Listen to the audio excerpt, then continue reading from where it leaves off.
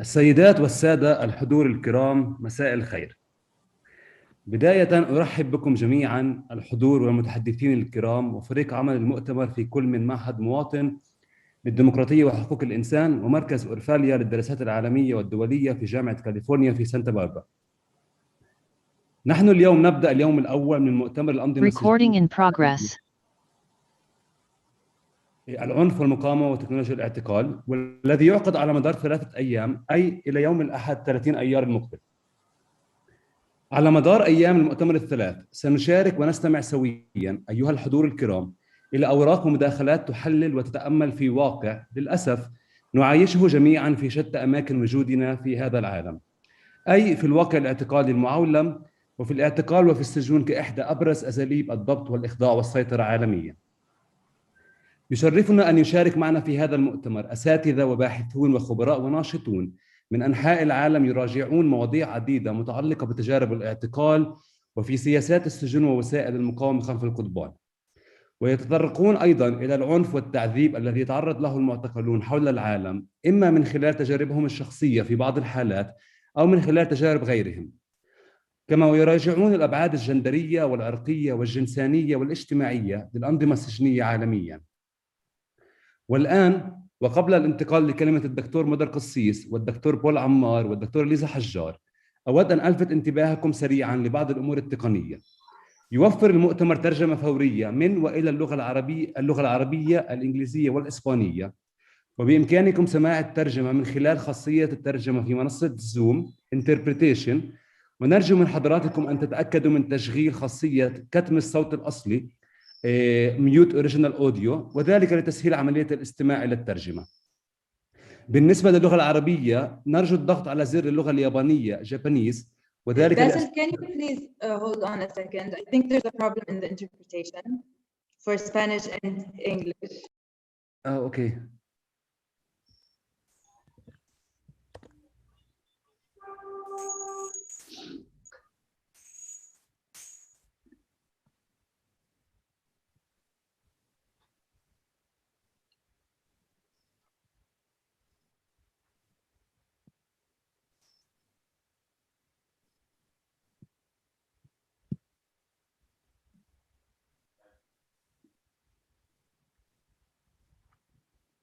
Am I heard? Hi, everyone. Bear with us. Be patient. We are doing for the first time a simultaneous trilingual conference, so stick with us. It's worth it if we can pull it off.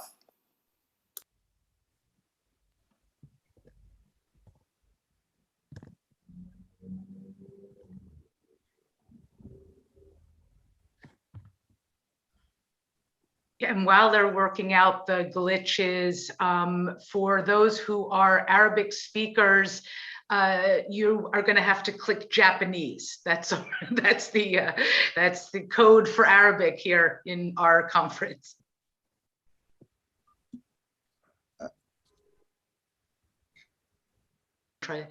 باللغة العربية إذا بدك اللغة العربية يابانية. That's it.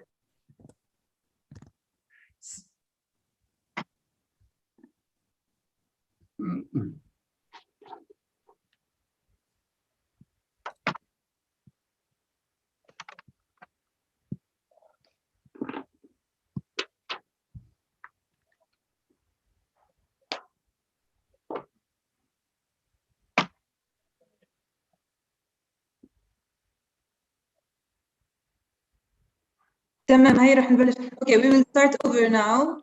Our interpreters are back. We will start over now. تمام. يعني نعتذر، نتأمل إنه الترجمة حالياً تزبط. كنت بحكي إنه المؤتمر بيوفر ترجمة ل3 لغات. هلا اللغة العربية هي في الزوم. So as I said, this conference is translated in 3 languages. For technical issues, the Arabic, in order to hear it in Arabic, you can choose the Japanese and please mute the original language. And for the questions, you can ask your questions through the Q&A box. Questions will be translated. I welcome you again all. And now we start with the speech of Dr. Mudar Kassis. Director of Modern Center for Human Rights. طيب شكرا باسل. Thanks a lot, Bassel.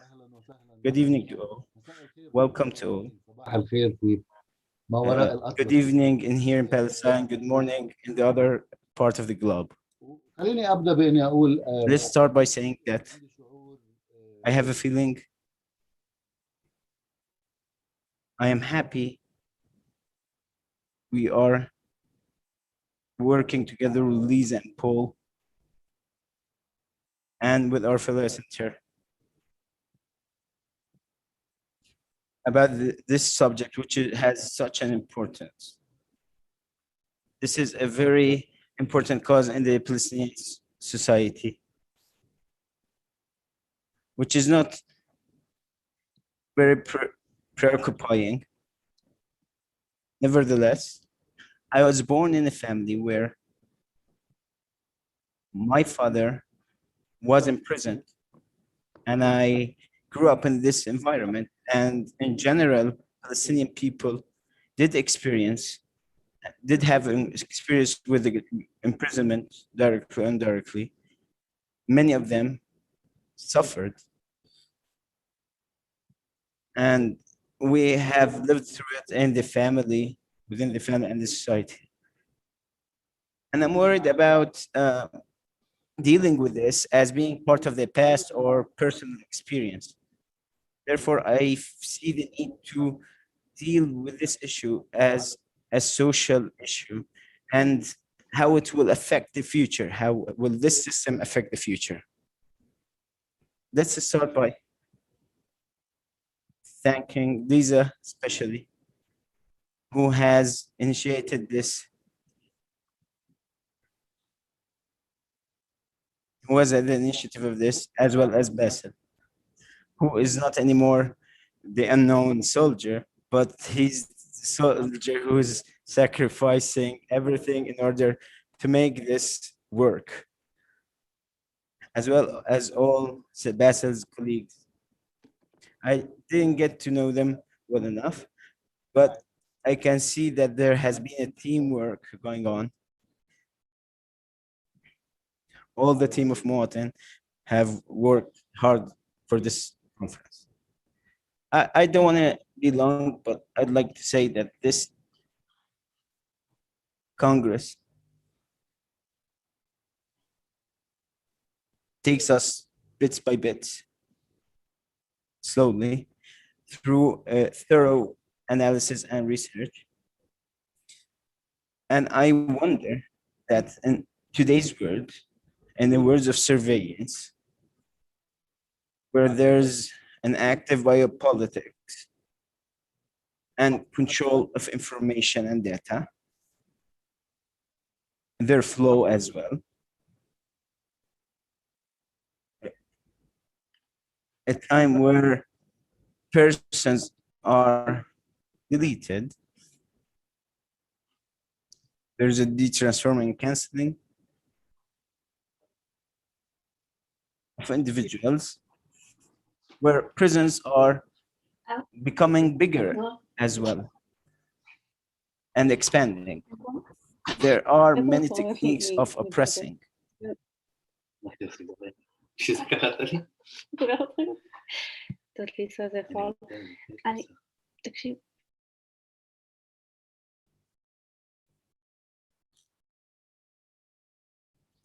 We did mute Maya.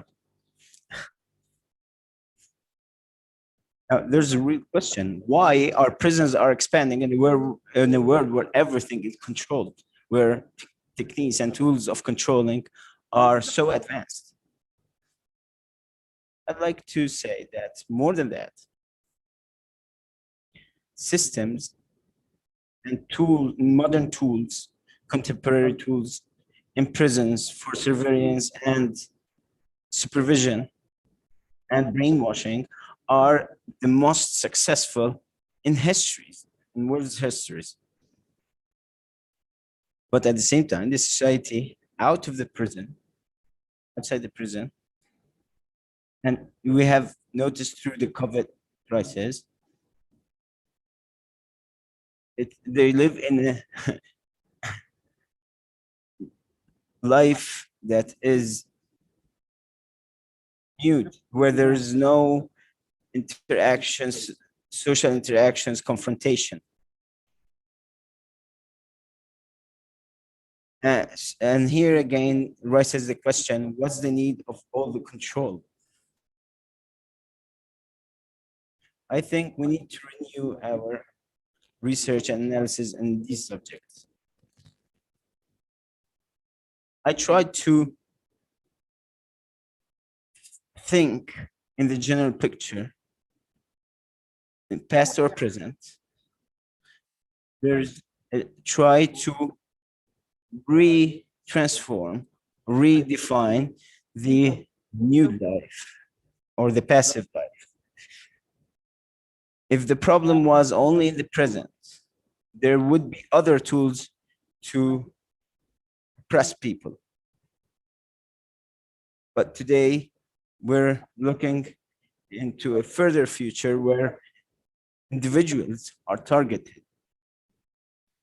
And there's individual targeting all those who we think they could be influencers for change. So anyone who has got social action, either he's accepted in the system, in the main system, or he's declared to be a radical, an extremist. Therefore, he'll be submitted to a system of suppression and carceration. Therefore, we come back to a way of work where subjects are being prohibited and annulled in the actual society in order to come up with a different society in the future, a more passive society in the future. You know that maybe someone who threw a stone in the past, the actions of people in the past will not change the future, but people are being oppressed and incarcerated if they're being active and they could influence the future of society. Therefore, the actions of oppression and incarceration aim to transform, redefine the future of societies. And this has existed as long as humanity has existed. The production of future, if you take it in a further dimension and analysis, it's actually a discussion about the history of humanity and eternity that it will never end. And I'm not talking about religious eternity, but a material one. It's a discussion about volunty and freedom. Will of freedom and freedom. These two questions are the ones who are being questioned today and discussed and targeted through the tools of oppression and carceration.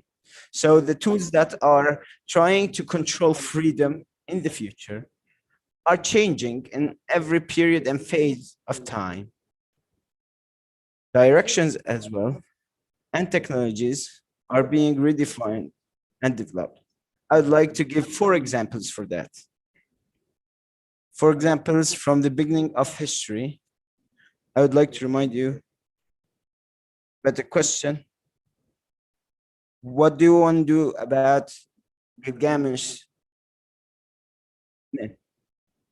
history? So there's a question about what are we doing in the future? How are we going to redefine the word in the future, the word of eternity, a word where there's no death, there's eternity.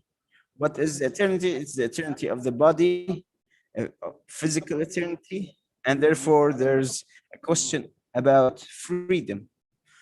And you can see also in medieval times, our inability to find another word, a metaphysical word, on Earth, we tried to trespass the boundaries of physical boundaries of the body. So sophist ways through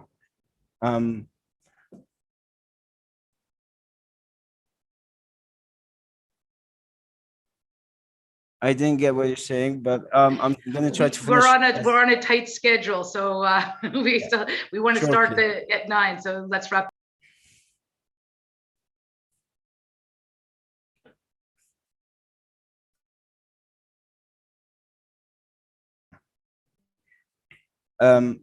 So to trespass the body boundaries in the sophist experience is interpreted in postmodernism words in another way,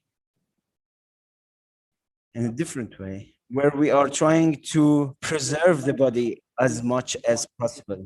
That's a postmodern way of trying to resolve the same question, the eternity of the body. In the postmodern questioning, we see the body as a link between the past and the future. Controlling the future is impossible without controlling the present, who is the link for the future.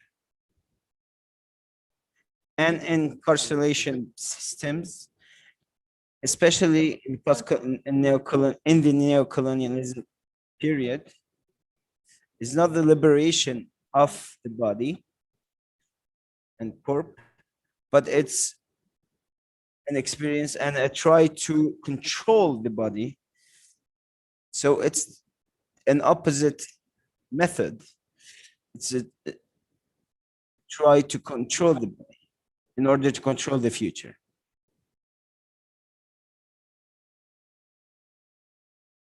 Which means submit the body in order to submit the future. And that means this the submission to try to submit the will of people.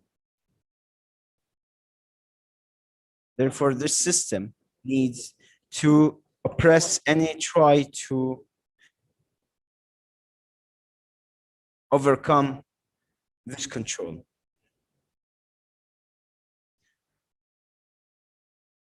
In the actual current period, it is important to research and analyze the technologies of incarceration and oppression, but also the ways of confronting them. Because there's a big importance of these tools and the way they're trying to control the future. And that's the importance of trying to confronting them. Many thanks to Dr. Muder Kassis, and thanks to my colleagues. And then we go to Paul Ammar.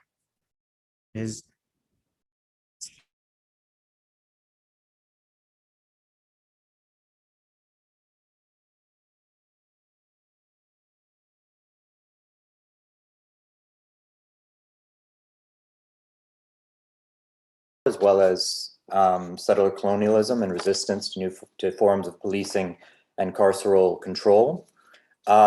This is, in a sense, an inaugural conference of a new methodology for hosting collaborative research at UC Santa Barbara, shifting from a institution that focuses mostly on providing funds for visiting scholars and for providing conferences in a standard in-place format towards investing almost all of our resources in partnerships like the one with Muwatin Institute in Palestine in order to collaboratively generate knowledge that we then archive and distribute in useful ways so that we will edit and of course, as we're doing, translate this into multiple languages so that it can be used in useful morsels in classes, in activist moments, in teach-ins, in all kinds of situations and contexts outside the university as well as within.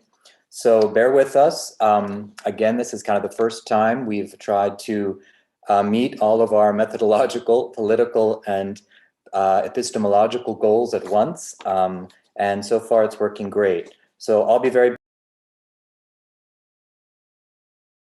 with the Orfila Center for Global International Studies, the University of California in Santa Barbara. It's a great honor for us to be partnering with Birzeit and with Muatan. I want to thank those that have been working on this conference for so many months. Lisa Hajar, who is the director of the research cluster at the Orfila Center for Transnational Studies of the United States. Also Modar Kassis, of course, at Muatan, Vasser Faraj, who's been instrumental in leading this organization. Leila Zanuzzi, our superb Orfila graduate research fellow. Alejandro Prado, who exemplary work. There's several publications by Leila Zanuzzi and Alejandro Prado on our website, so please explore those. So finally, I just wanted to say a few words about what the Orfila Center is and how we are shaping this kind of work for the future. And I hope you all will continue with us as we move forward in investing in these kind of collaborations. Again, the purpose is not just to have this amazing conversation for these 3 days, but to create the beginning for a new research collaboration that provides resources that are directly useful for activist scholars, publicly engaged scholars, and the classrooms that are engaging these issues. So the Orfila Center was founded in 2005 with a generous gift from Paul Orfila and the Orfila Family Foundation. If you've ever photocopied an article at Kinko's back in the days, that's where our foundation comes from. It's the Kinko's Copy Center fortune. So the Orfila Center works closely with instructional research units across campus, including programs in global studies and departments in social sciences and the humanities, the Center for Middle East Studies, Center for East Asian Studies, Latin American Studies, and the brand new Africa Center, founded last month through a collaboration with Orfila Center and the Area Studies Centers. So I know we're running out of time, so I won't go through the full description, but basically our focus is on remodeling a new kind of area studies that's directly engaged with urgent public issues of the time and that implements research through partnerships with the Global South and East like this one. So good luck in the conference, and I'm so thrilled to be able to support this kind of work. Thank you so much. شكرا بول. بس ملاحظة سريعة، قسام وفؤاد، ترجمة الإنجليزي للإسباني هاي عند. Thank you very much, Paul. Now with Lisa Hajar's speech, she's the Director of International Global Studies in Santa Barbara University. Thank you, Lisa.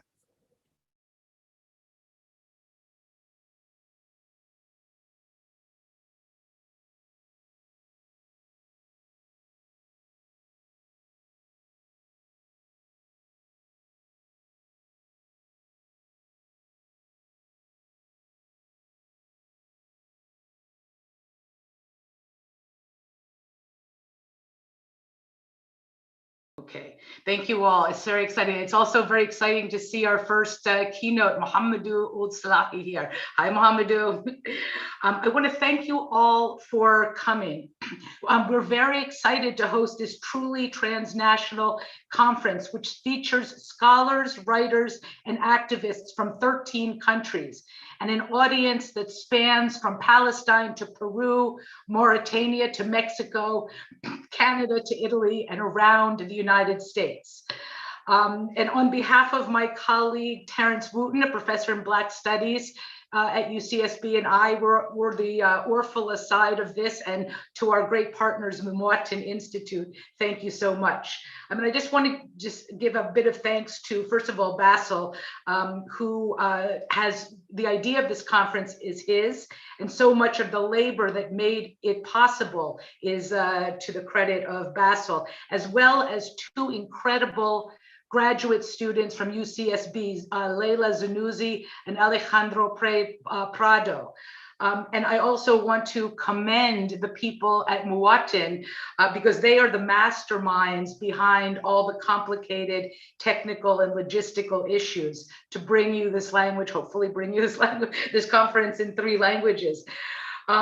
So each day, the conference opens with a keynote followed by 2 panels. And today's keynote features Mohamedou Ould Slahi. Just to give you a bit of an introduction, Mohamedou was imprisoned at Guantanamo for 16 years, never charged with any crime. The letters he wrote to his attorney, Nancy Hollander, describing his torture and abuse were published as a book while he was still imprisoned. Guantanamo Diaries, in its first incarnation, was heavily redacted by the US government. After Mohamedou was finally released, he unredacted the book and reissued it in full. And Mohamedou's story has been brought to the silver screen in a new film called The Mauritanian, directed by Kevin McDonald. Today, he will be talking about Guantanamo Inside Out, one man's tale of violence, survival, and redemptive power.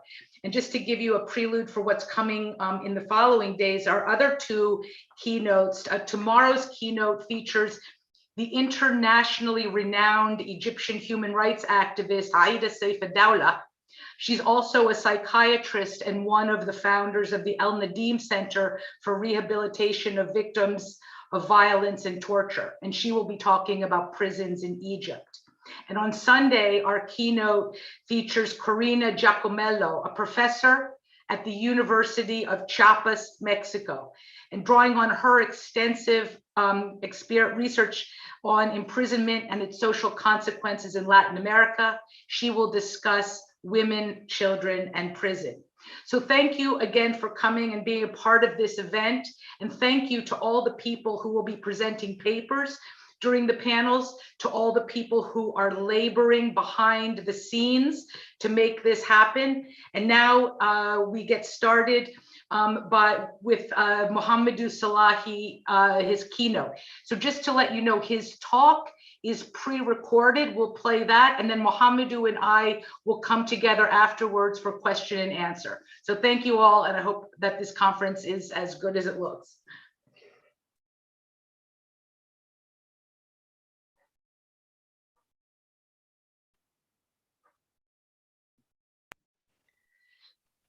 Okay, so it's a great pleasure to introduce everyone to Mohamedou Slahi. He's the author of Guantanamo Diary and a new book, Ahmed and Zarga. And Mohamedou is sort of one of the people who has endured, one of the 779 people who's endured Guantanamo. So welcome, Mohamedou. Can you introduce yourself to the audience? My name is Mohamedou Ould Slahi. I'm from Mauritania. That is a small country in West Africa. I was born in 1970 to a camel herder. We had a lot of animals, I was told, but I didn't see them because of successive years of droughts that killed all the animals. My father was very depressed. We had a very big family. We were 12 kids, 7 boys and 5 girls, plus dad and mom. And we had to move close to the city in order to find jobs. I was too small to work, and I was the first child in my family to go to school. I fell in love with school. I didn't have shoes to go to school, and I vividly remember these days. It was 2:30 p.m. and the day was very hot. And I remember dashing from one structure to the next to cool down my feet and continue my way to school. It was a little bit, I think, 1 mile or over a mile away from home. And I remember this nosy neighbor, who cut me off and stopped me. And she started to scold me why I didn't wear my shoes. She did not know that my family couldn't afford it. I was pinned with my small feet to the heat and listening to her lecture. In the end, I decided to pretend that I'm going back home to collect my shoes, just to take another route not to meet this woman again. I fell in love with school. I don't know why, but any time I spent outside school was not fun. And I kept just reading, and absorbing everything. And I won a scholarship after high school to Germany, where I studied microelectronics telecommunication. My trouble with the law began with a very that I received from my cousin, who asked me for help to send some money to his father, who was hospitalized in Mauritania, my country. I helped my cousin, of course, and I sent the money. There was only a small detail in this phone call. He was a friend of Osama bin Laden, and he used the phone that belonged to Osama bin Laden, that was listened to by US authorities.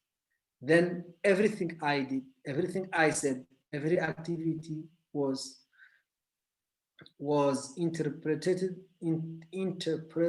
as a hostile act against the United States of America. I was unaware of this, but I felt that Germany was I were like problems, paperwork, and I decided to migrate to Canada. I received my landed immigrant status almost like a citizen. And when I arrived, as luck had it, a person decided to cross to the United States of America and do harm to innocent people. He was arrested, and again, they found that this guy, they said, went to the same mosque as I did. I don't know this guy. I never met him. I never heard of his name. And then the equation to the Americans was Mohammedu was behind all of this. Canadians made their investigation, and they found out that there was no evidence that I had anything to do with this. But they decided with the Americans to keep torture me and make me admit to where they couldn't find, what they couldn't find. They agreed with the Mauritanian to contact my family and convince my mother to call me back home because she was sick. My mother called me, and I decided to go back to Mauritania, where I was kidnapped, arrested, interrogated, and put under house arrest until the tragic events of 9/11, where I was taken away to Jordan, tortured for 8 months, and taken to Bagram, where I spent 2 or 3 weeks, and then taken to Guantanamo Bay, where I spent more than 14 years. I was subjected to the infamous enhancement that included sleep deprivation, cold room, sexual assault, beating, until I broke my ribs and destroyed my gallbladder. And I was released end of 2016. The whole ordeal took a little bit over 20 years, including incarceration in different places and house arrest. To this day, I'm fighting to gain my freedom to travel and pick up the pieces and do the work I want to do for human rights, writing, and publicizing my work. Well, I just want to give the audience one perspective on like sort of why you explained that it was this sort of misperceptions about your dangerousness. But then when you got to Guantanamo, you were considered, erroneously, but you were considered the most valuable person at Guantanamo. And so some of the terrible things that were done specifically to you, to break you. So let me ask you, how, when you were at Guantanamo, especially in the early years, like when the very worst treatment was happening, how did you understand why these things were happening to you? Like, what did you think at the time? Like the reason for this? So again, the equation, it was clear to me that I fit the profile. Actually, the FBI told me that, special agent for FBI, he used to tell me, you look like a dog, you talk like a dog, you must be a dog. So I fit 100% the profile of the bad guy. I'm an Arab, I'm a Muslim, I'm from Africa. I travel to many places, including to Afghanistan. And I spoke languages. So I was very sexy.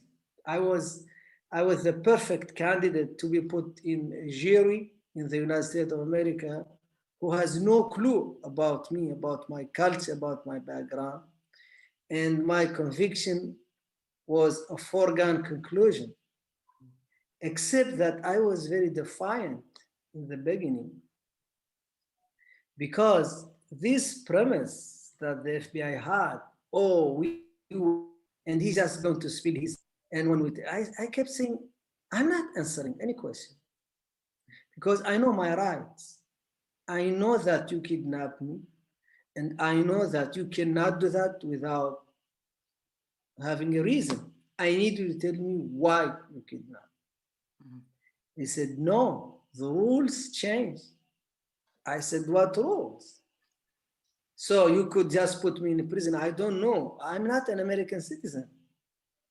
And you need to tell me. They say, okay, tell us about your life. I said, I'm not telling you anything about my life.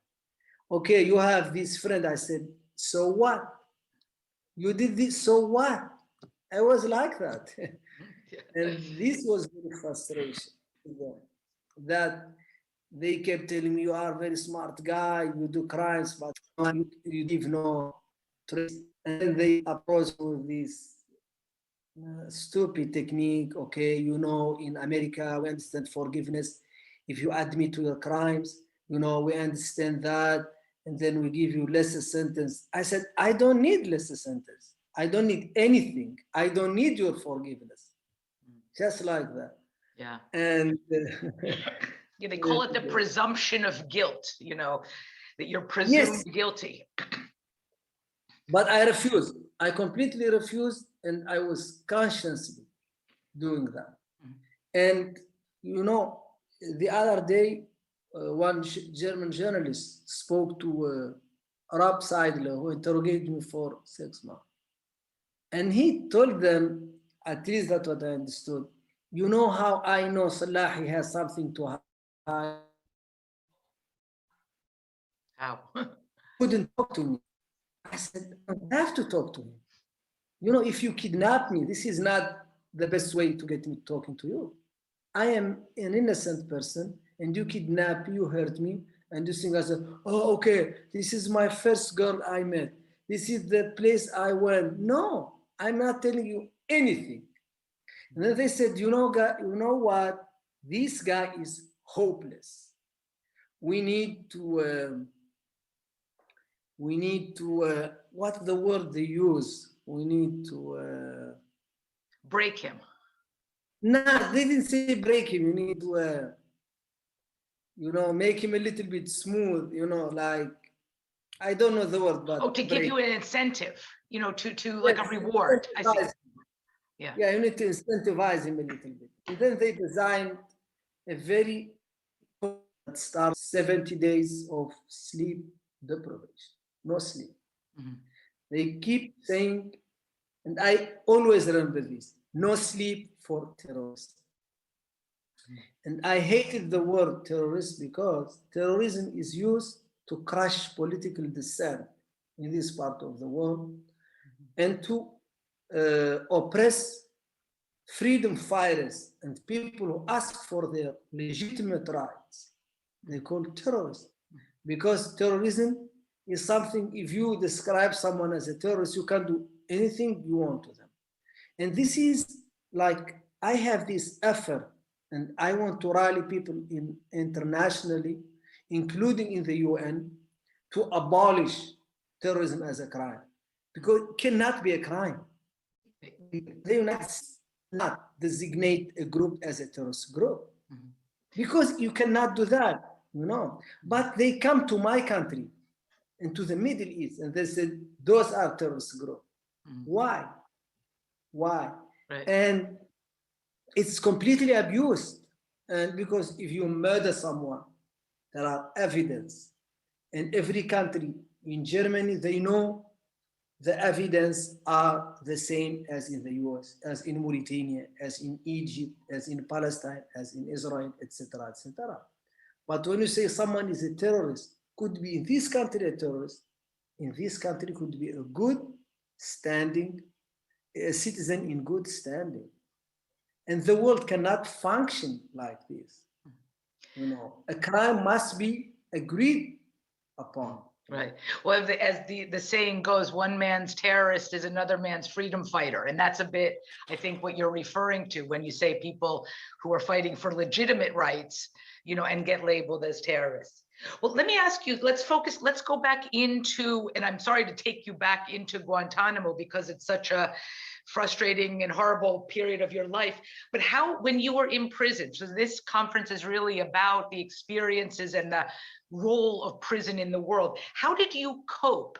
Like, how did you keep your sanity, and how did you cope with the loneliness or the abuse or the hopelessness?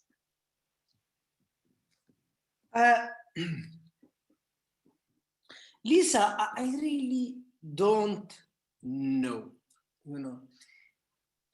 Everything was to me a surprise, a shock. Because when I was young, I used to watch Married with Children. Okay.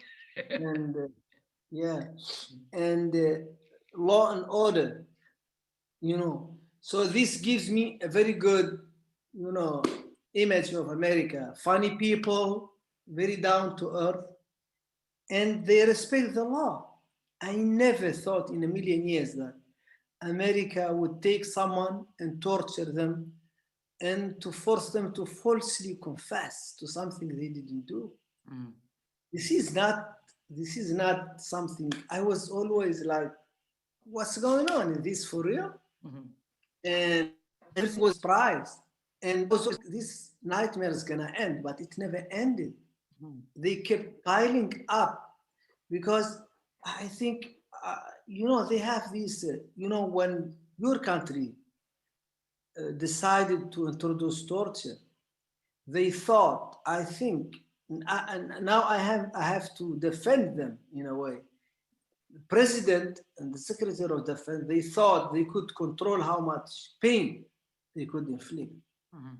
But they cannot control that because this is like a Pandora box.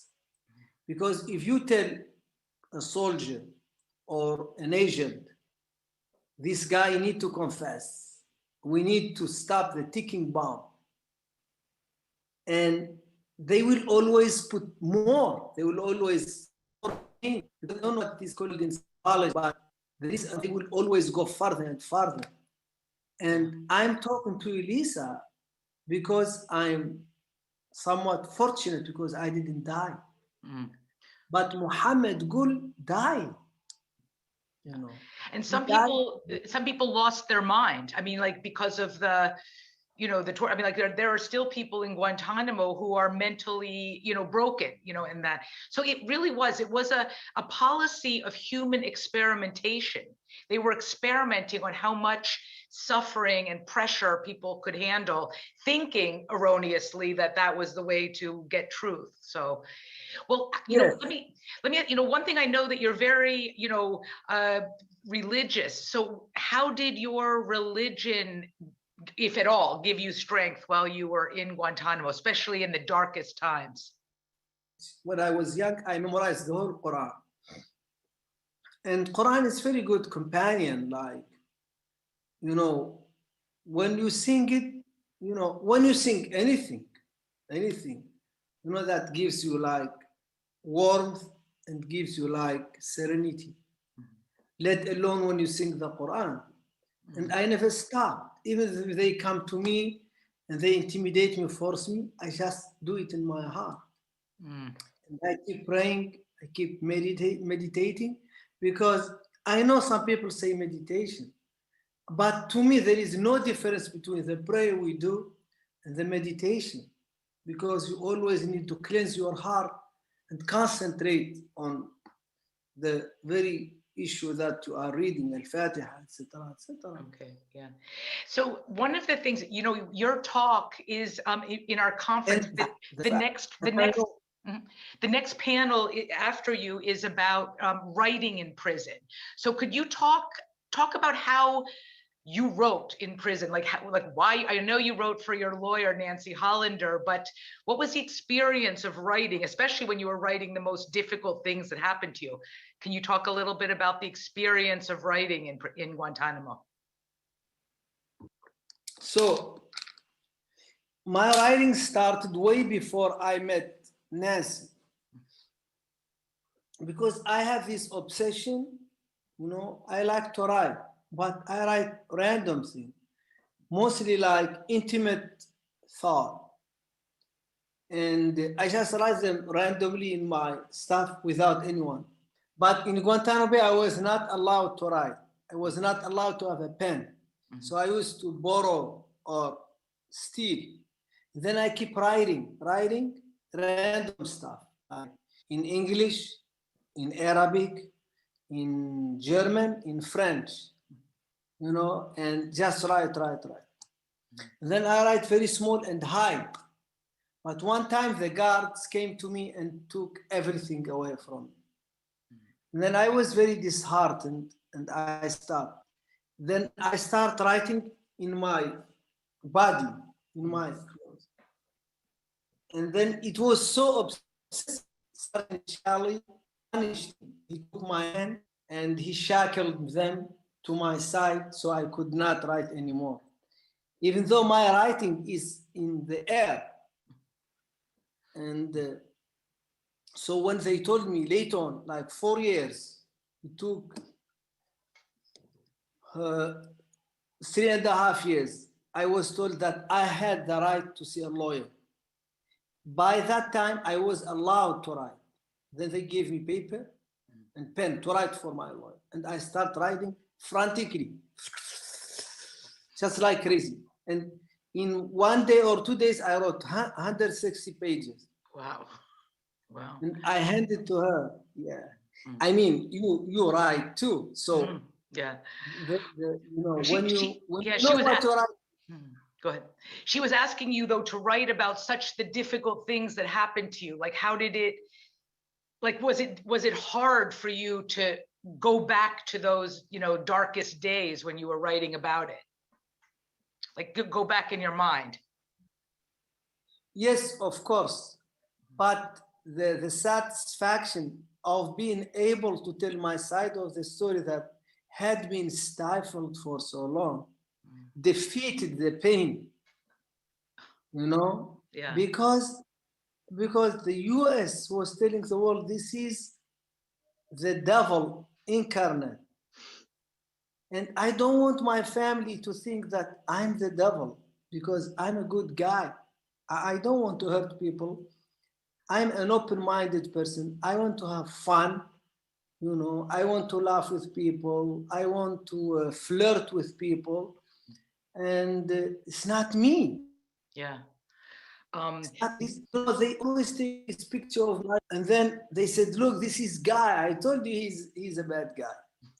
And I don't want that. I want to tell Americans in their faces, I don't mean you any harm. I wanted to be happy. I wanted to live good life. Right. I wish I could enjoy the same freedom as you do in your country. Right. Yeah, I mean, your writing is beautiful. I mean, your Guantanamo Diary. So your lawyer Nancy and Larry Seams took the letters that you had written to Nancy, your lawyer, and then they were redacted, but then it turned into a book that was published even before, while you were in prison. But tell me something, how did you, like, what were your impressions of Nancy when you first met her, and also the whole legal process you went through? What were your impressions?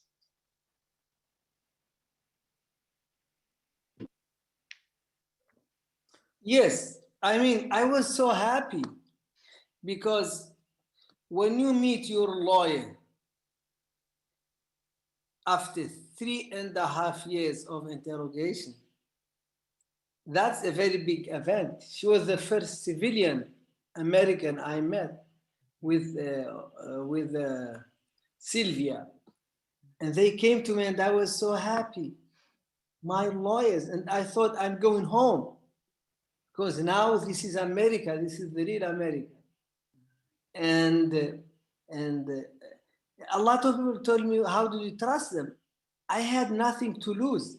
I already wrote a confession, a false confession that could put me to death. You know, I can only be better. I wrote everything, but the government was smart. The government said nothing of what Muhammad writes can be published, can be, you know. This was like a fight against the most powerful country in the world, and that was not ready to follow the rule of law. And it took 7.5 years for my lawyer to clear some of my writing with the reduction that you see in my first book. Right. Well, one of the important things about your writing was that the information you wrote was ammunition for your lawyers to prove that your statements, that false confessions were false, that in fact what had happened to you was that. So it's this like triangulation of what happened to you, you writing about what happened to you, and then them using that to undermine the lies that you told just to stop the torture. Tell people a little bit, because one of the most, I think, heartwarming stories in a not very heartwarming situation, which is Guantanamo, is the friendship you developed with the guard Steve. Could you tell us, people, a little bit about how that happened and how making a friend, an American soldier friend in Guantanamo, affected you while you were still there?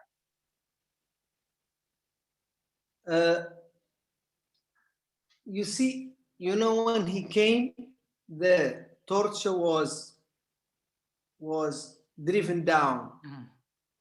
But I was very scared, very intimidated, and very reclusive. I didn't want to interact with anyone.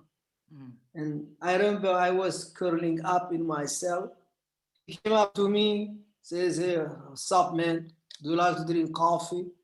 And I'm not a big coffee drinker, but I said yes, because he's the guard, he's the boss. He has the power to kill. And he said, "Okay, get up." And then I came out. Then he gave me some coffee, asked me whether I could play card. I said yes, because I was good card player when I was a child. He taught me how to play rummy.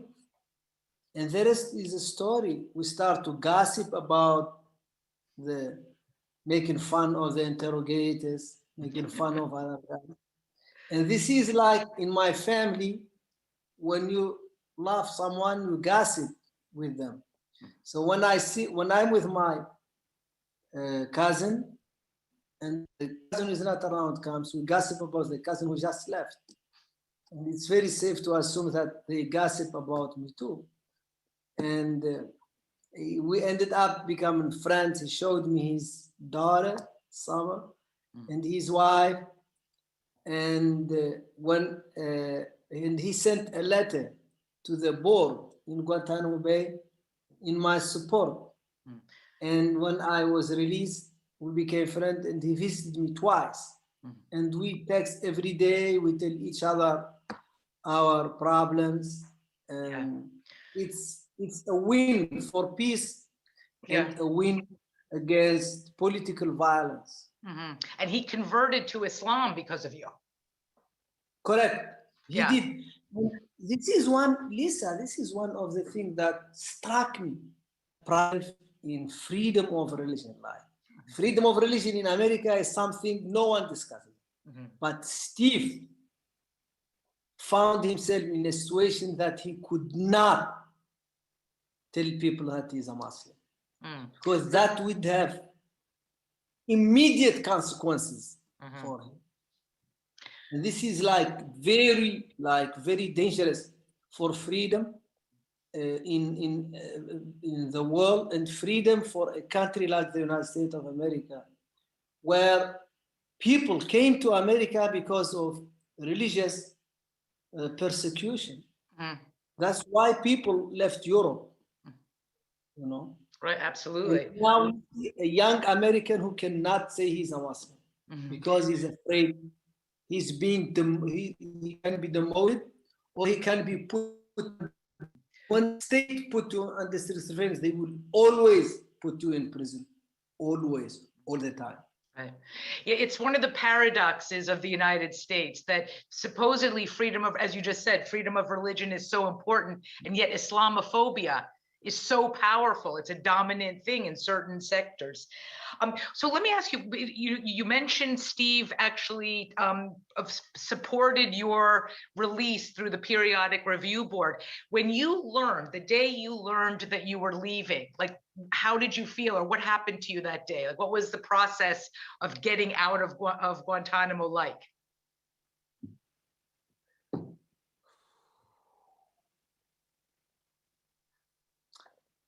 It's indescribable. I remember I was in Camp 6, and lockdown means you are in a cell, you cannot leave the cell. And I had a couple of CDs, 2.5 Men, you know, Charlie Sheen. And I had this very badly written Shakespeare plays. I didn't understand them. And I understand the stories, but I don't understand plays, because plays are very hard for me to read. Well, especially Shakespeare. I mean, it's hard for people who grew up speaking English to understand Shakespeare. Yeah. Yeah. I need someone needs to help him. I think he had a very bad editor. So yeah. Well, so now that you're out, I mean, can you tell us a little bit about your life after prison? I mean, you married an American and you have a son now, Ahmed, right? Is Ahmed? Is that? So they said, Mohammed, you know you're going home. And I was scared because I didn't know my family anymore. I didn't know the names. I had to look and to take pictures I have and write the name, and every day memorize the name over and over and over and over. And it was like someone telling you you're going to Mars. It's a new planet. And the first days, I have no remembrance, because I wanted to stay awake all the time, because I want to watch movies, I want to see TVs, I want to enjoy life, every aspect. But you cannot catch up 20 years. It's impossible. Right. And I met my wife. She was also a lawyer in Guantanamo Bay. And then we married, and we have Ahmed. Yeah. I'm still trying to join them. They just left yesterday back. And it's so heartbreaking every time. You know, when I try to travel, I have no visa because I'm just being still punished without reason, you know. Right. And I hope that Germany will reconsider and allow you to live with your wife and son in Berlin.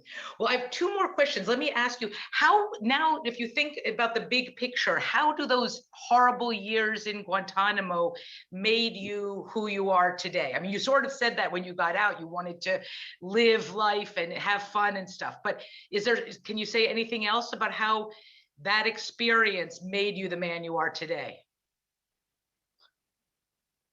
You know, I back to life. And this is an experience that changes you radically. It started when the CIA took me from Jordan. And Lisa, I have to mention something. I cannot just leave it out. Arab countries are the worst human rights violator that I dealt with personally. And this needs to change. I'm not given a pass for the United States of America. as the champion of human rights and so. But I'm telling you that without the active participation and willingness of Arab regime to hurt their own citizens, we will not be in this situation. And cut my clothes off with scissors and put me in a diaper. Lisa, I said, this is it. I'm done. I will be put in a very violent American prison like those I see in TV documentary. And I will die forgotten, you know. Mm-hmm. And the thing that came to my mind was I regretted most any bad comment I made about the people I love. When I get angry with them, I regretted that. I didn't regret I didn't have money. I didn't regret I didn't have a house. I didn't regret I left my Porsche parking in front of my house. I didn't regret, oh, this is very hot girl, I wish I met her. And I took it upon myself. If Allah gives me another chance to be alive again, I will do better. I will always be nice to people. I will always be forgiving. And I will always leave a good taste in everybody's mouth when I meet them.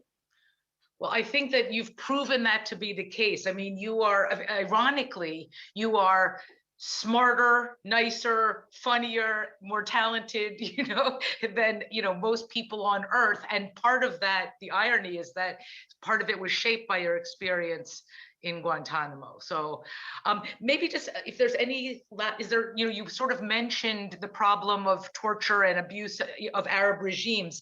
Is there one last word you want to say about the larger lessons about prison and torture that people, like something people should really take with them from this conversation? Like if you think about it on a global or a regional scale. About prison in general? Imprisonment, torture, the abuse of human beings. Like what's a lesson or a thing that people should think about, to never let this kind of stuff happen again, to fight against it in countries where, including the United States, but also throughout the Middle East, where prisons are horrible, horrible places. Yes, I mean, look, human rights and democracy do works. And this obsession with like dictatorial regimes that, they fight crimes better, they're hard on crimes. This doesn't work because we see that people, countries who are more humane in prison and respect the rule of law, respect human rights more, are more prosperous and safer. Mm-hmm. We have very good example in Norway, for instance, somewhat in Germany, somewhat is those liberal democracies in Europe, that the crimes are very low and the repetition of crimes it's very low, even though their prisons are like what American would consider hotel. But we talk about torture. I'm not talking about torture only in Arab countries, torture in the United States of America. Mm-hmm. Richard Zuley, who led the torture team. On you, yeah. And I just want to say, who is benefiting? Who is benefiting from putting an innocent man 20 years in prison?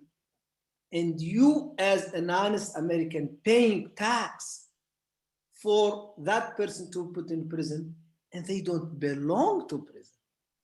And the other thing, we need your help and the help of all decent people in establishing human rights and democracy in our part of the world.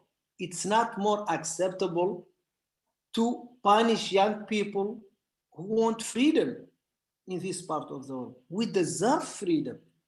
We deserve to enjoy the same rights as you enjoy, Lisa, as the German people enjoy, and the Swedish people enjoy. And it's not acceptable that we are the exception to the Yeah, the exception to the rule, that's right. Well, I think that's a wonderful place to end this talk. So Mohamedou, thank you so much, and I really appreciate it.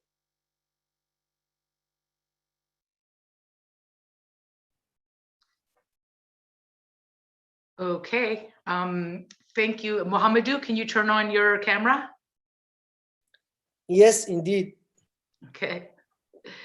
Thank you so much for that talk.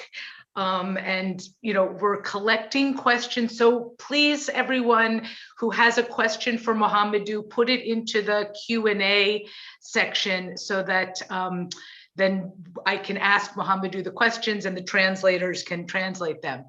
Mohamedou, I was going to, before I go to the first question, since we're talking about writing and the panel after this one is all about writing in prison, in the film, The Mauritanian, your character is carrying one of those special pens that they made for Guantanamo detainees to write with in prison. And when I went I've been to Guantanamo many times, and when I took a tour of the prison, we saw those pens, and they explained to us that they were the anti-suicide pens. So they were made of sugar, so that if anybody tried to eat the pen to kill themselves, the pen would melt in their mouth. So that was one of the things I thought about in writing about writing. So let's see what I see. Somebody's put your Twitter handle and your Facebook. I don't see any questions yet, but if somebody can, Basil just sent me can you see, Mohamedou, actually, let me send it to. There's a question, sorry. There's a question from Mayur Suresh. Do you mind if I read it? Yes. Okay, so she asks, I was very moved by your book and your interviews on the Guardian, through which your humor also came through. My question is this: how did you maintain hope through your time in Guantanamo Bay? Did writing play any part in maintaining hope? Mohamedou. Thank you for the question. Writing is a therapy, because they have a German saying that says, Papier ist geduldig. Paper is patient, because when you take a paper, you can tell the paper everything you want to tell the paper. You can lie to the paper, you can cry to the paper, you can tell the truth to the paper. So, and when they took us in, they said those people are evil. And I was stifled. I couldn't defend myself. But in writing, I was defending myself, telling the world, I am not what they say I am. I am a peaceful person. I want the same freedom as everywhere. And it helped a lot. While we're waiting for, I think Basil will just feed questions if there are, but one thing that I think you said somewhere, and maybe you can re-say it to the audience, is about how you achieved forgiveness for all of the things that were done to you, like how you were able to forgive those people who tortured you or kidnapped you. Can you talk a little bit about that? I do believe that forgiveness, it's very selfish thing, and I love this saying, there is this Lebanese Canadian, woman who said that, I don't forgive you because you deserve or because you ask for forgiveness, but because I need to have peace in my heart, or something like that. And I wish I had said that, but I can only testify to the truthfulness of her statement. That statement is for me to move on, to claim the moral high ground. And I mean, we are from a region where in some parts, pre-Islamic history in our region, revenge, it's very venerated. So you need to avenge your honor, to avenge your cousins, etc., etc. But the whole idea of Islam, our tradition, is to forgive. وَأَن تَعْفُوا أَقْرَبُ لِلتَّقْوَى. And you would be closer to God if you forgive. And I have to be very upfront. Like, I have some people calling me, reaching out to me, guards, and they were so happy that I forgave them. Some of them asked me forgiveness. And I have one person who said to someone, he doesn't need forgiveness. And that's okay. That's okay. I mean, I'm just offering peace and no one has to receive it. Thank you. Basil, can you translate the Spanish question? You can ask it in Spanish. Espero que la pueden traducir. ¿Tuviste material o permiso para escribir la experiencia de la cárcel estando recluido? I don't actually know what that means. Y de ser así, te ayudó de alguna la forma de escribir. So basically the question, did you have any permission or materials? Here they're translating the translators. Did it help you in any way being able to write, having the opportunity to write? And Muhammad, there's another question. I'll ask you both. What was the process of getting the book released without redactions? As a teacher, what would my students learn about incarceration and censorship if they read the redacted and unredacted version side by side? So there are two questions. The one about materials or permission for writing and how did that help you? Then the one I just read.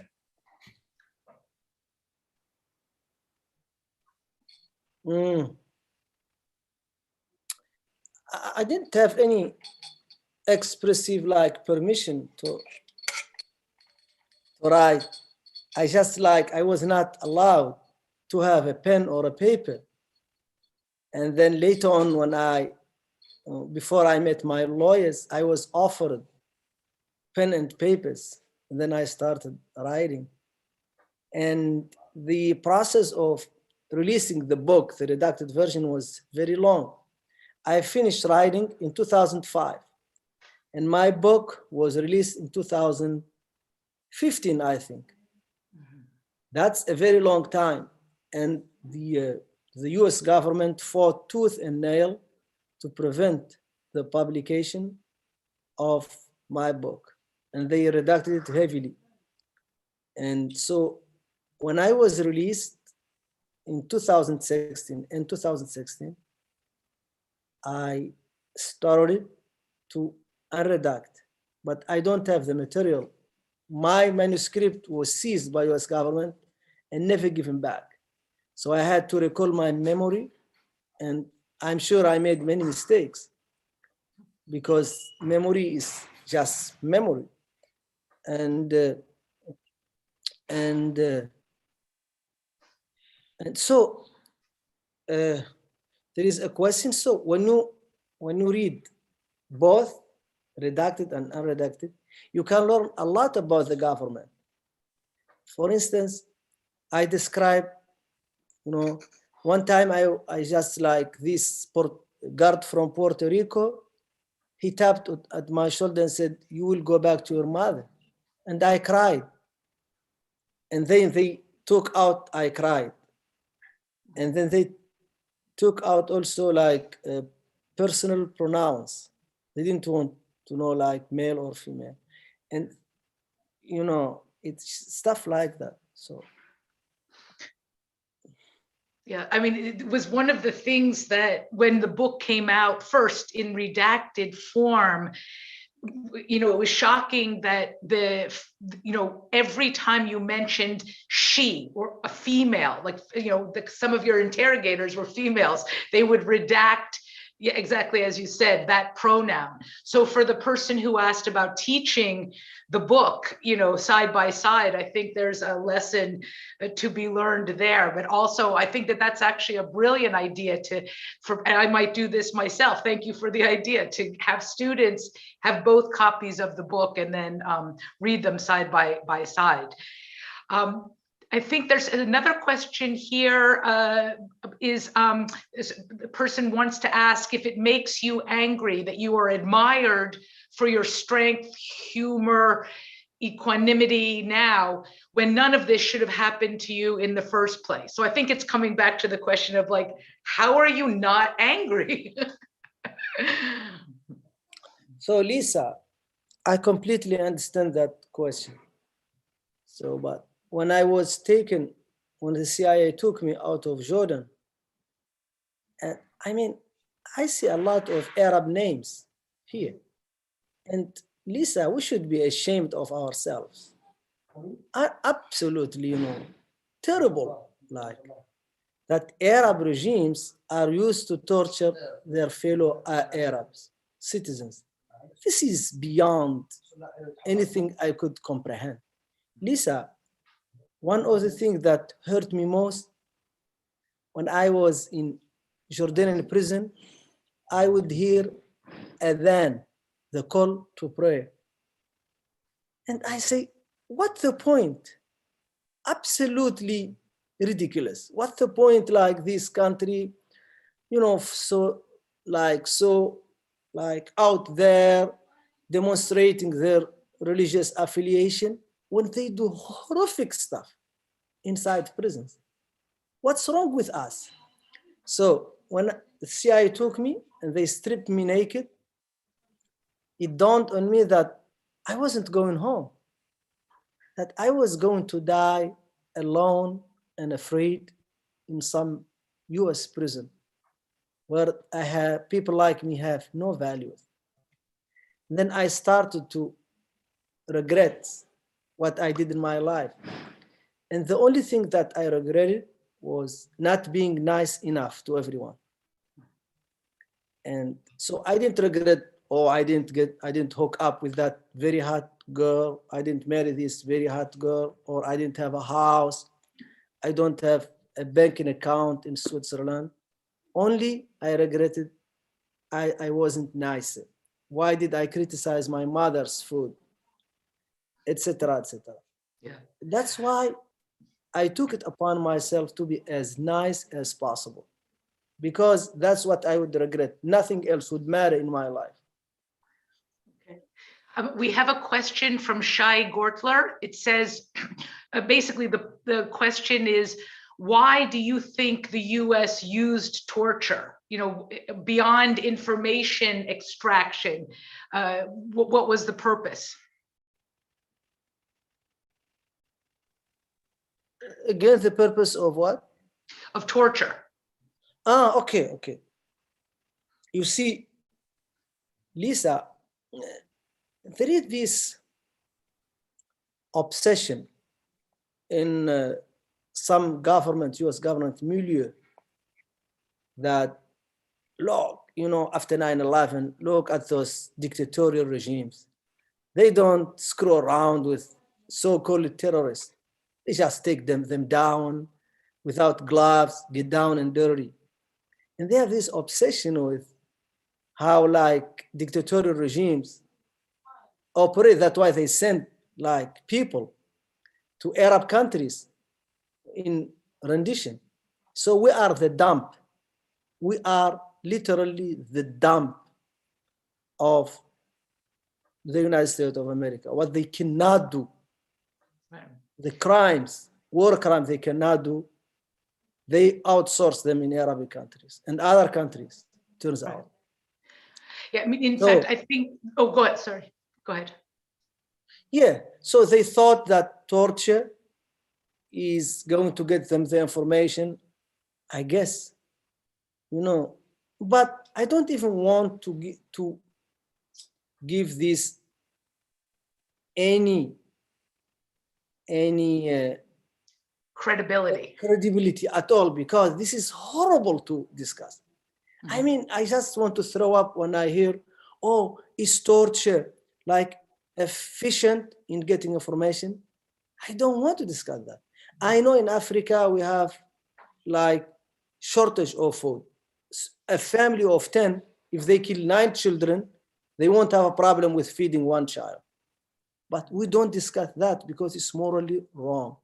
And torture is abolished in all UN member states, you know, and we should not go back to torture, you know. And if you torture anyone, you will be talking to a person that is completely a new person, not the person you were talking to before torture. Yeah. There's someone who survived the Nazis, Jean Amoret, but who was tortured by the Nazis, has a line that says, a person who was tortured stays tortured. In other words, that experience never goes away. We have a question or question and a comment from Bethany Schmidt. She says, thank you very much, Mohamedou, a moving talk and a powerful book. You are an inspiration.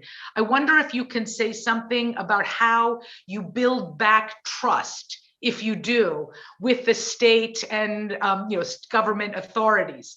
I'd also like to know if you continue to write for pleasure, therapy, and or whether you will be authoring more books. So how do you build back trust, and are you still writing? Yes, I am writing, and I have a new book, Ahmed and Zarga, and it's out in February, and it's about Bedouin life, and I love to write, and I have some projects. And I have this short story on Evergreen. I think Lisa read it, you know, guard duty. And my relationship to the government is not based on trust. It's based on check and balances and accountability. You know, government should be accountable to the people, and we should not trust them, because if you give someone so much power, you are setting them up to abuse it. And that's why democracy is a process, should be control, should never stop. Absolutely, thank you. Basil, can you read the Arabic question from Magda Adli? Yes, so she asks, why did you not sue the US government for imprisonment and torture? Let me check. Yes, or how, or did you ever think about suing the US government for years of torture and imprisonment? Should I address in English? If you, yeah, just so that since everything is already working, I think that Magda is probably listening to the Arabic translator. Okay, so, thank you, Magda, for your question. No, I mean, I'm not planning on suing anyone, because I believe in reconciliation and forgiveness. And no matter how much money I am given, it's not going to pay one day for me as a free man. It's not going to bring back my mother. The last time I saw my mother was in the rear view of my car as I was taken by the police, and I never saw her again. And I do think, nonetheless, that it's good for the United States to bring the criminals to account and to call me as a witness, and to make reparation not for me only, but for all detainees who were kidnapped and wrongfully detained. Mm-hmm. You know, it's on that, there's been no justice for the US officials who were responsible for Guantanamo, for torture, etc. And so I think, you know, in terms of that question, and there's been no justice in courts. It's been impossible to use the courts to bring justice to victims. But one thing I would say is that if there's ever going to be justice, it'll be through books and writers and historians will, document this. That's where the justice will come. So we only have about one more minute before we start the next panel. Do you have any final words for the people who are attending this conference that's all about prison and surveillance and technologies of violence?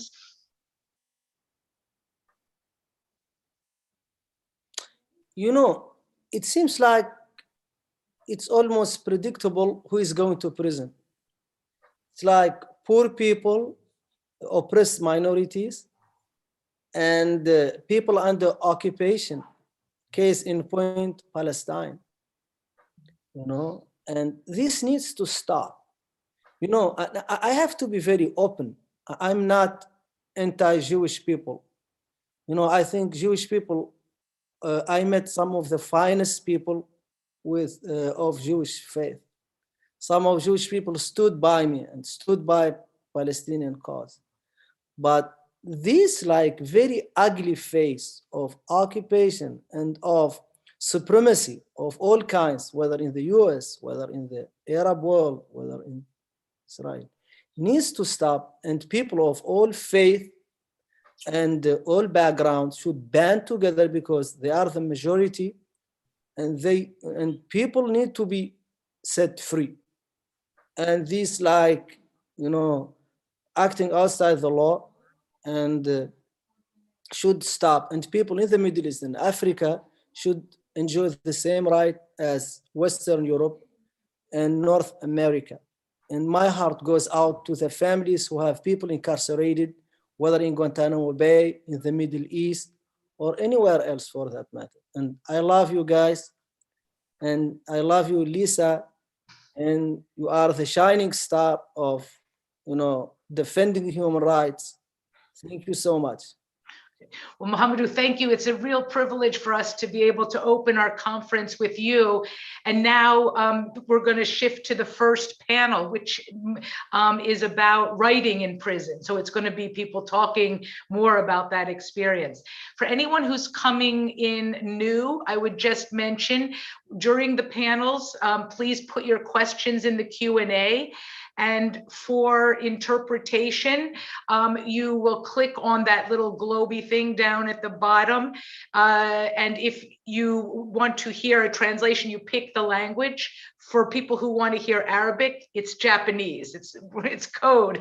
Japanese is code for Arabic. Anyway, thank you very much. And I look forward to the next panel. And thank you to everybody for coming.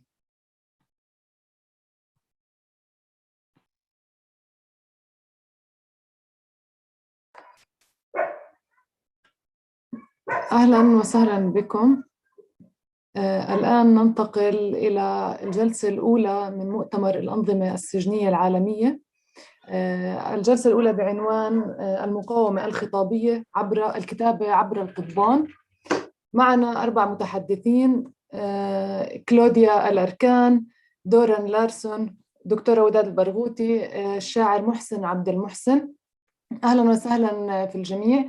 وللتذكير بخصوص الترجمة، برجاء الضغط على جابانيز اليابانية للسماع للترجمة في اللغة العربية وكذلك الإنجليزية أو الإسبانية. أود التنويه أن المؤتمر يبث حالياً بشكل مباشر على قناة يوتيوب لمعهد أورفيلا ومعهد مواطن كذلك، إضافة إلى صفحة الفيسبوك. بخصوص الأسئلة رجاء كتابتها على الQ&A وليس على الشات. أرحب بكم جميعاً. أود الآن التعريف بالمتحدثين. بداية الأستاذة كلوديا الأركان، وهي مرشحة لنيل درجة الدكتوراه في العلوم الاجتماعية والإنسانية في جامعة متروبوليتان المستقلة. درست الأركان في العديد من الجامعات العامة في أنحاء المكسيك. مثلت صوت الشباب في التعليم العالي وخاصة من واجهوا مشاكلاً قانونية. بالإضافة إلى ذلك عملت كلوديا على تنفيذ برامج للحد من الجريمة وكمستشارة تعليمية لمركز المجتمع وعلاج المراهقين المسجونين. نشرت مقالاتها عن الشؤون السجنية في عدد من المجلات في المكسيك. وأخيراً تركز الأركان في أطروحتها على المراهقين الذين focuses on teenagers who have committed assassinated crimes. Then we go to Lawrence, who is a professor in Hamilton University. He did the research about 2016. He has got he has published 2 books in New York University about prisons in USA. He has published about witness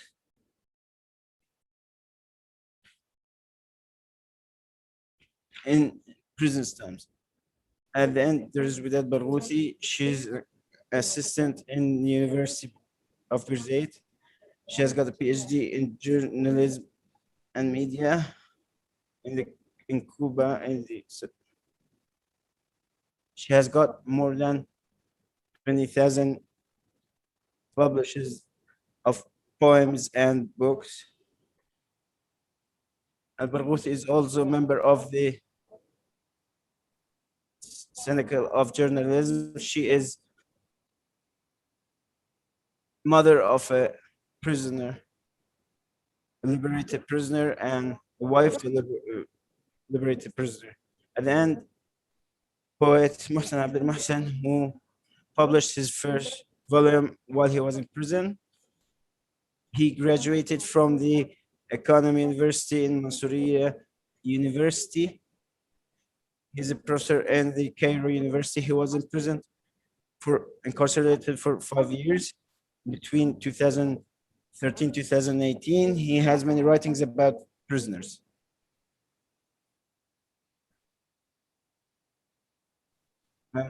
I'm Dana Faraj. I work as assistant in Muatin Center in Birzeit University. We start with our first panelist, with Todi Alarkan, who is talking about the topography literature, talking about prison as a tool of justice.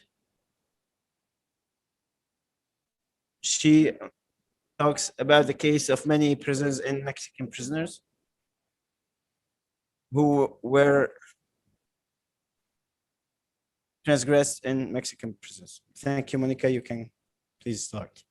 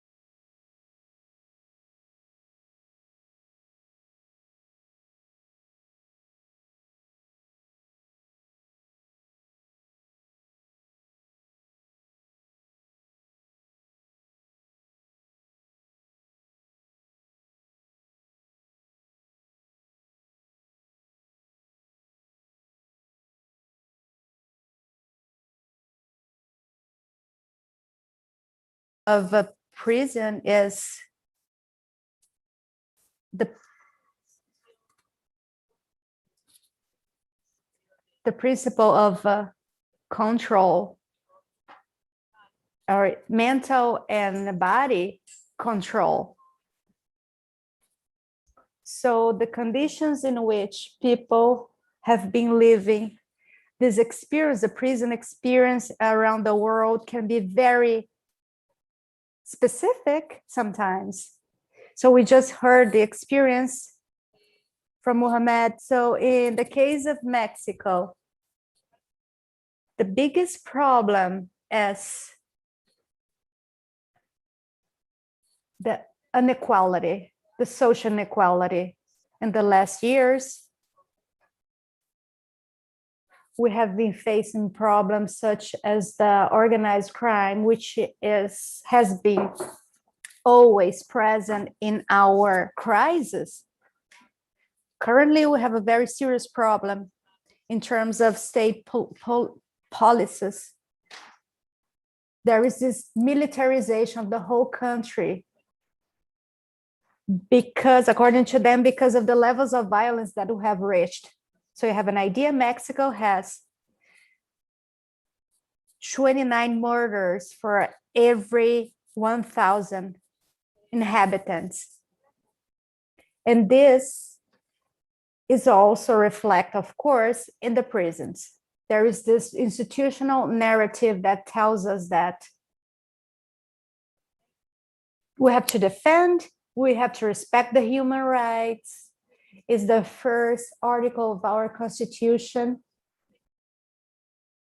However, our rights are not respected. The structure, the institutional structure is immersed in a crisis for at least the past 20 years. And that means that the rights of all the population are converted in a problem of privileges. So human rights in Mexico, we live it like a privilege and not as a right. If you can pay for the rights, you have those rights. And overall, you can think about health, education, to be whatever you want, access to culture, housing, family. Everything is actually related to economic power. If you don't have money, you cannot have those rights that I just mentioned. So our life after we leave jail generates several other violences that are very complicated and stay there in our daily lives. And that is extended to the lives after jail. And in Mexico, how do we work with the problems that we have in prison? It's still an proxy, very traditionalist in a negative way, in which they give all the power of the public discussion to this criminological tradition that doesn't work anymore. It's old for our needs nowadays.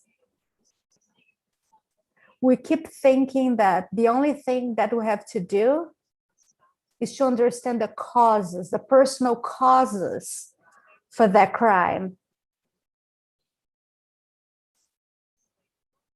And we ignore that it's a problem in terms of structure in which violence is part of public economics, a national public economics. So part of economy is based exactly because of the violence that we live in Mexico. I propose with the literary work in which I work with young people, adults, children of the women who were in prison, literature offers to us a space that is relatively safe and neutral, in which we ignore all the stigmas and categories, in which several times we oblige prisons in jail when they have to talk about themselves. If you think about when we're close to this context of prison and we have this crisis of to occult what you are, to not display what you are because of questions of safeties within the same prison. We have to mention that prisons in Mexico has problems with self-governance. Most of jails and prisons they have this control within the jail, and some people have been able to get away from this situation, but most prisons are under this jurisdiction of the government.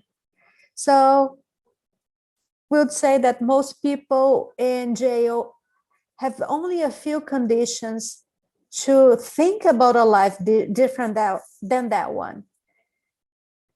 For instance, in Mexico, 50% of people who are in jail are still in this process or under conditions of investigation. However, most of times, these people stay in the jail for 8-10 years, and then they just found out that they are not guilty, but then they're already involved in that system.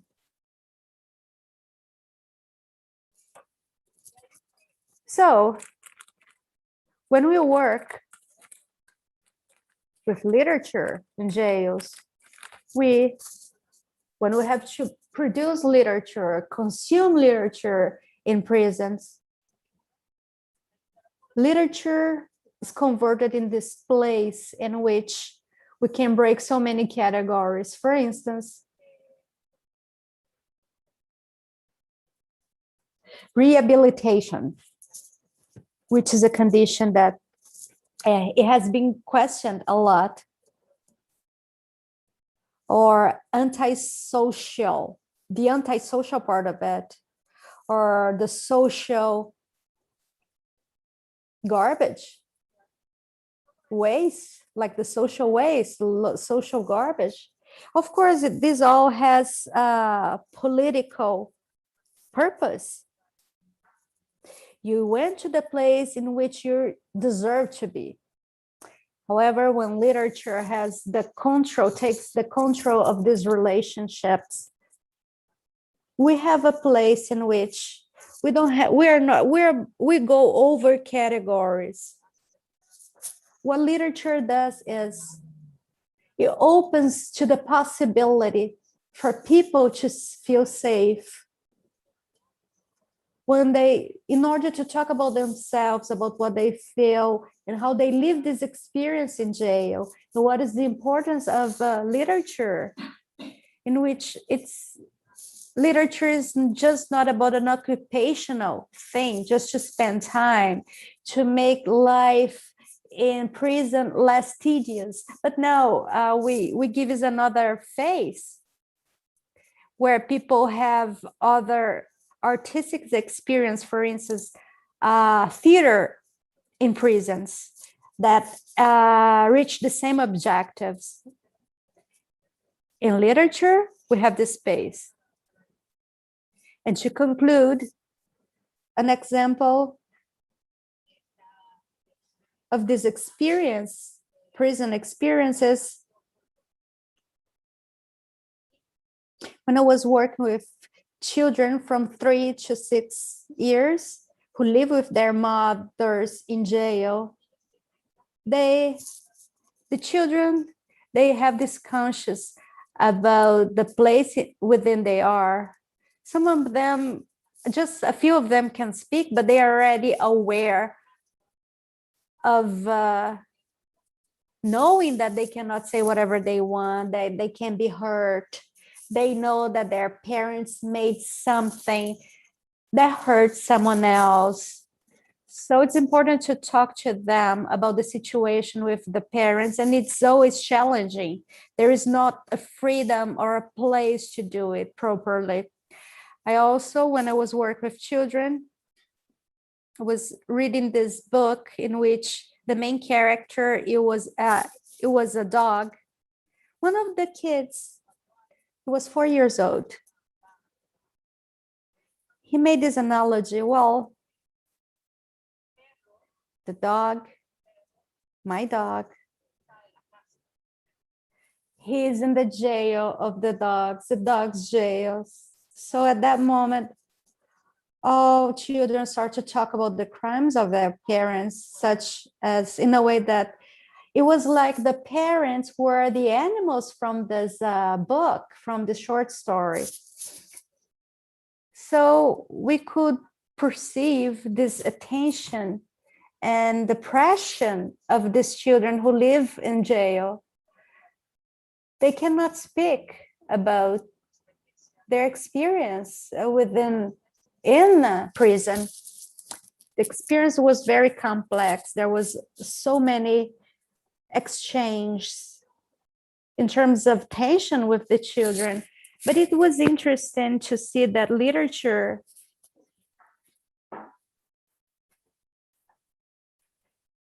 with no other purposes other than the ones that we are used to, we can understand how an experience like that can be expressed. So this is what I'd like to talk to you today. Thank you very much.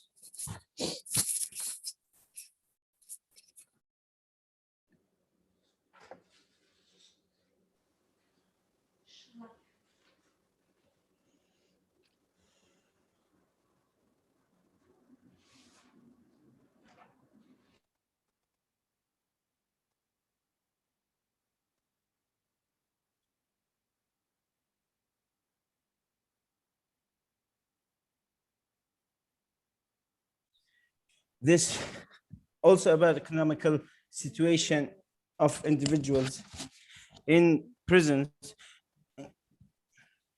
and crimes. It has formed the subject of research in Latin America.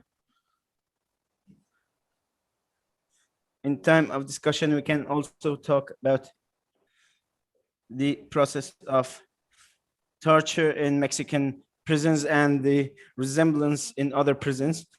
We'll end with the importance of writing. As Mr. Muhammad has said in his introduction, how prisons try to end the phenomena of writing in prisons as a way of resistance. Now we go to the intervention of Mr. Zerson about writing in American prisons as law forms a tool of violence. Also, writing in American prisons will get to know how the archive was formed and its process through police and courts.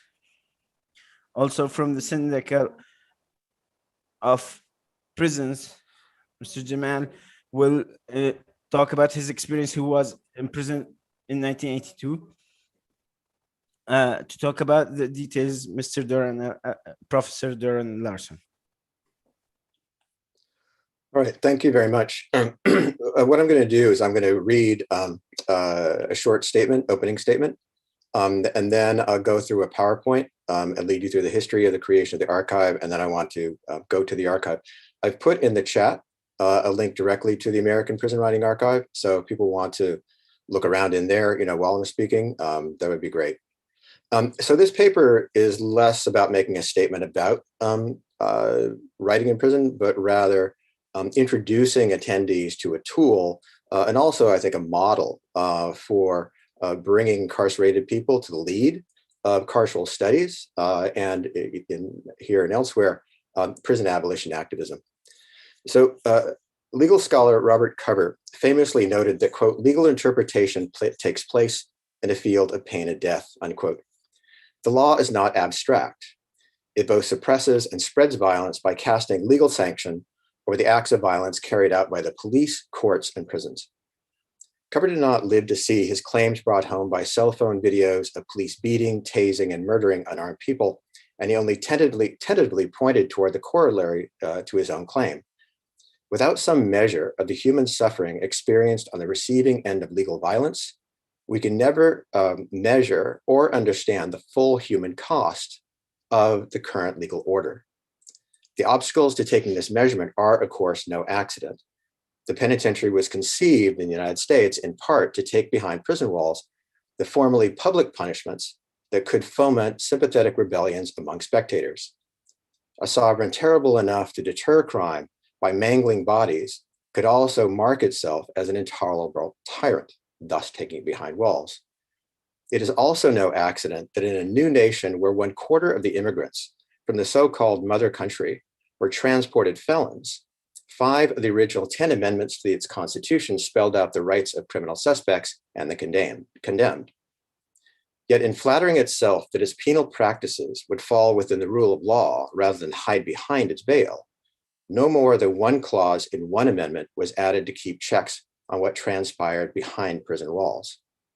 The most thorough check has always been the writing of incarcerated people, who have, over the course of 230 years, created a shadow canon to more widely read literary history, a canon whose shadow, from Patrick Lyon's damning of the original Walnut Street jail in 1799 to the latest claims by Mumia Abu-Jamal, has seamlessly exposed what happens when American claims about rule of law are translated into state-sponsored violence operating without legal accountability. Over the past decade, the American prison writing has sought to address the measurement of law's violence behind walls and razor wire.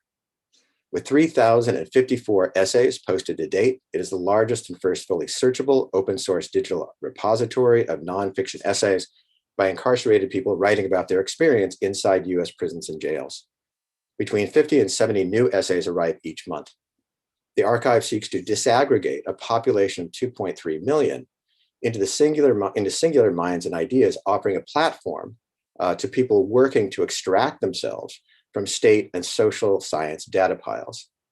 Yet among these essays, broad and abiding patterns that bind today's prison writing into a national witness literature are apparent. One such pattern is the US penal states active blocking or defeat of the major traditional goals of incarceration: deterrence, containment, rehabilitation, and even meaningful retribution, as I would argue. The American Prison Writing Archive was not created by any plan of mine or anyone else's. The will of incarcerated writers to expose the human costs of law's violence, to document the damage meted out by the carceral state, broke through the bounds of analog publishing and onto a digital platform. And to understand how that happened, I'm going to share a PowerPoint here for just a moment. Let's see, it is a part of the screen sharing. Okay. It says the host is disabled participant screen sharing. I was wondering if that's possible to give that back to me for a moment. Yes, one second. Sure.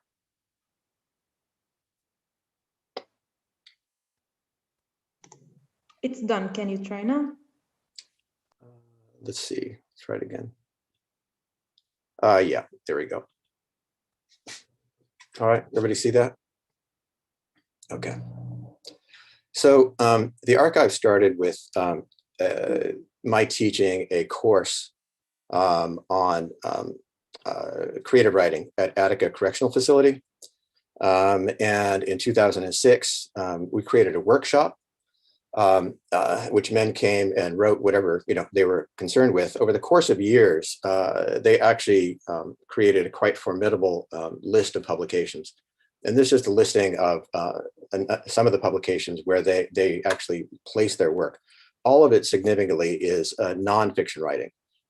So the work that incarcerated people in the United States that the public gives credence to is simply writing about incarceration. Right? There's no short stories, no poems. So that's a place where they are given credence and authorities on their experience of incarceration. I wanted to create a collection for teaching and for other purposes of nonfiction writing by currently incarcerated people across the United States. So I put out a call for essays. It brought in 154 essay submissions, and that created this book, which was published in 2014, Fourth City. The reason for that name is, one, the prison and jail population combined at the time was larger than the fourth largest city in America.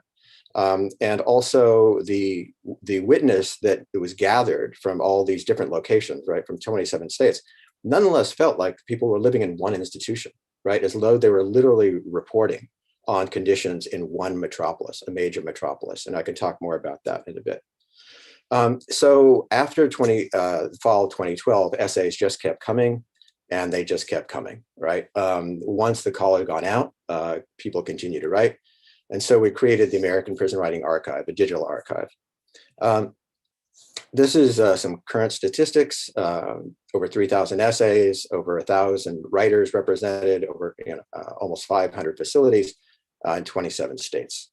The current inflow of essays,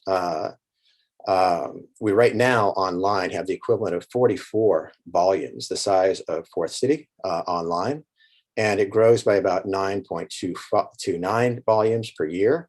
And so it continues to grow at a very rapid pace. In fact, it's gotten so large that it's really grown out of the capacities of Hamilton College, which is a small teaching college, to support it. So it's moving within the next year or two to Johns Hopkins University, which has much greater resources to support the whole project. To give some comparison to that, this will be probably mean more to American attendees than others. The word count in the APWA is now the equivalent of about just under 40% of all the word count of all known North American slave narrative. And the remarkable thing is that our major venue for soliciting essays is simply a single quarter-page ad in this magazine. So just from that quarter-page ad, we're growing at a remarkable pace, pretty much as fast as we can actually handle it with the staff we have. Prison Legal News is a journal. It covers legal precedents, legislation, court cases that affect incarcerated people. It doesn't get to every prison in America. Florida has just, been declared, has the right to block it entirely, basically because they don't want to educate incarcerated people about their conditions.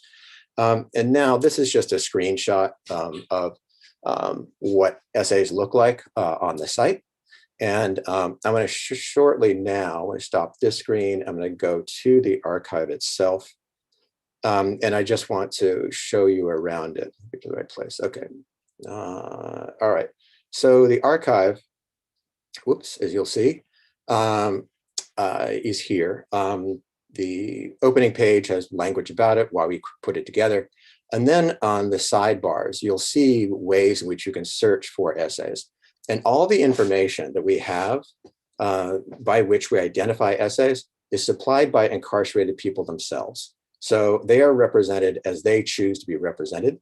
They can also write under pen names so that they can protect themselves, right? Because there certainly be retribution for anyone, formally or informally, for writing about their experience.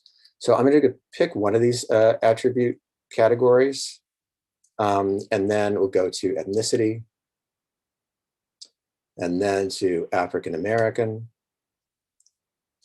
So this lists all of the essays that are in the archive by people who self-identify as African American.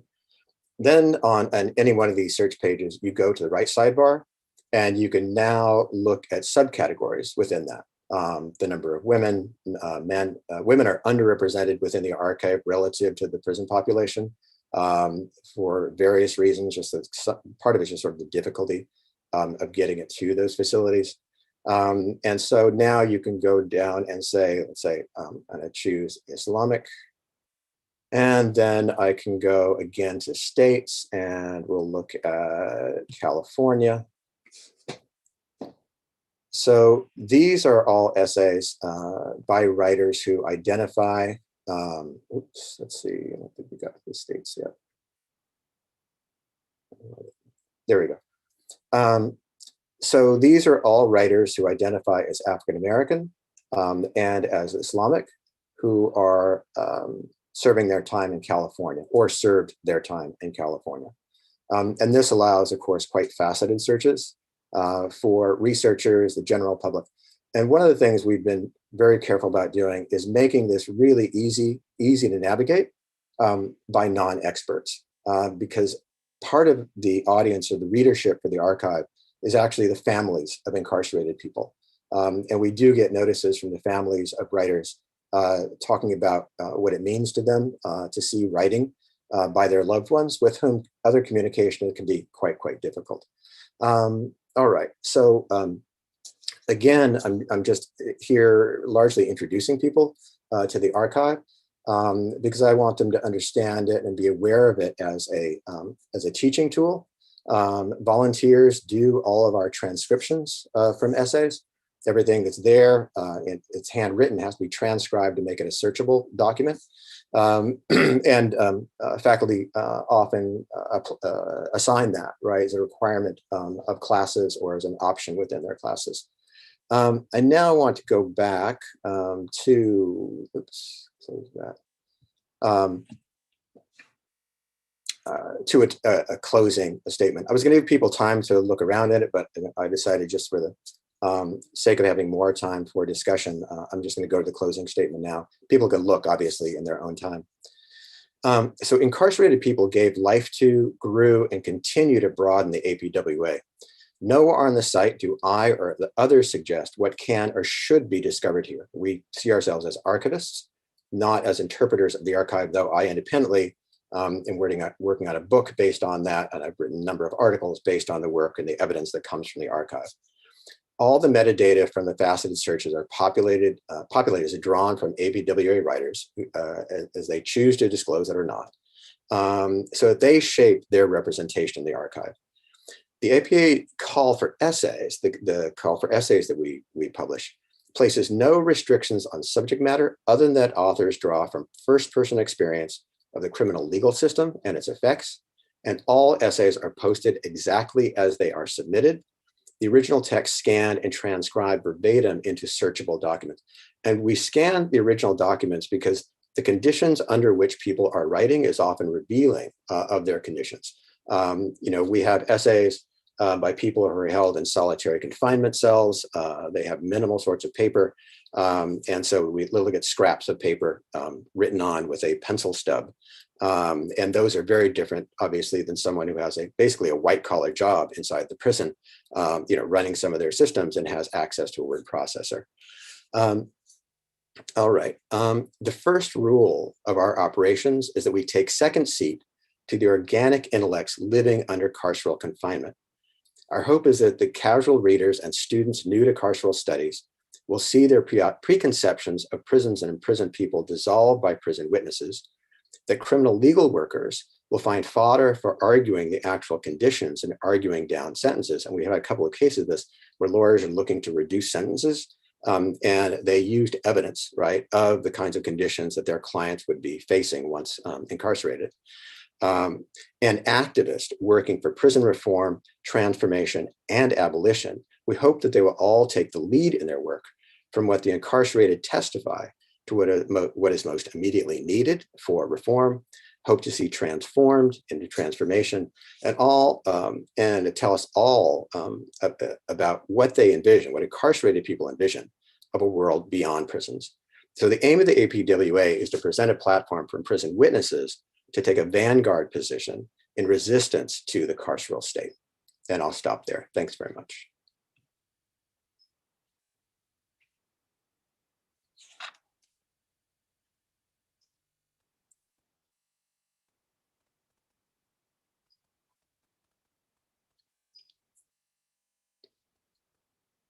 So do you want to go to the next? Waiting for translation.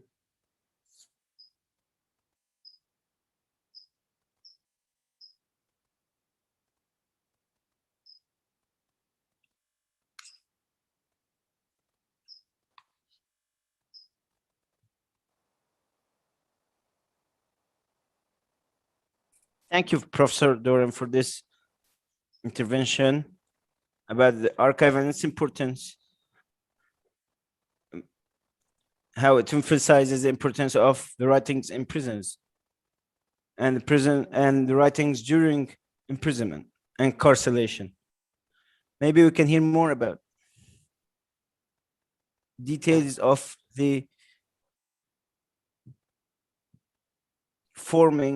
creating the archive during the discussion. We go to our next intervention, Dr. Barghouthi, in the name of my experience in prison and writing in prison, which emphasizes her experience with different Palestinian prisoners in Israeli prisons who have written different literature works and poems to express themselves, to get their voices out of prison, reach out.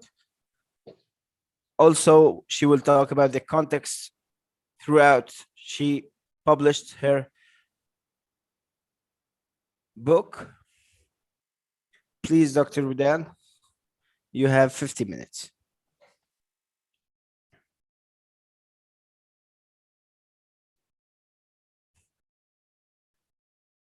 Dr. Rudad?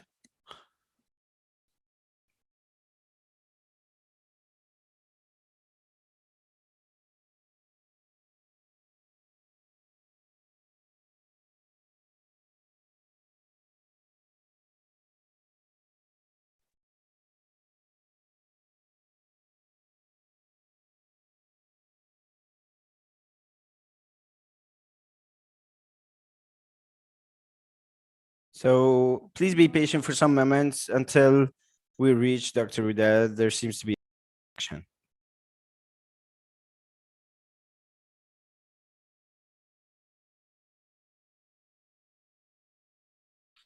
Maybe we can move on to next intervention with the poet Mohsen Abdel Mohsen about the time and place and the experience of time and place in individual cells in prisons, life in prisons, experiencing the time within the cells. I'd like to cite part of his poem about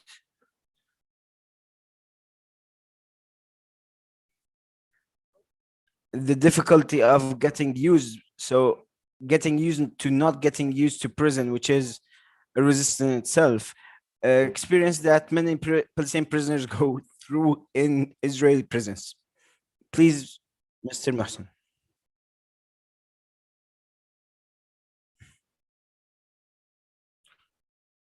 I have written a text and I can read it to you. In the individual prison, time goes as all things that expand and get bigger and then grow older and die. That is how time goes by. It goes fast sometimes and then it perpetuates others.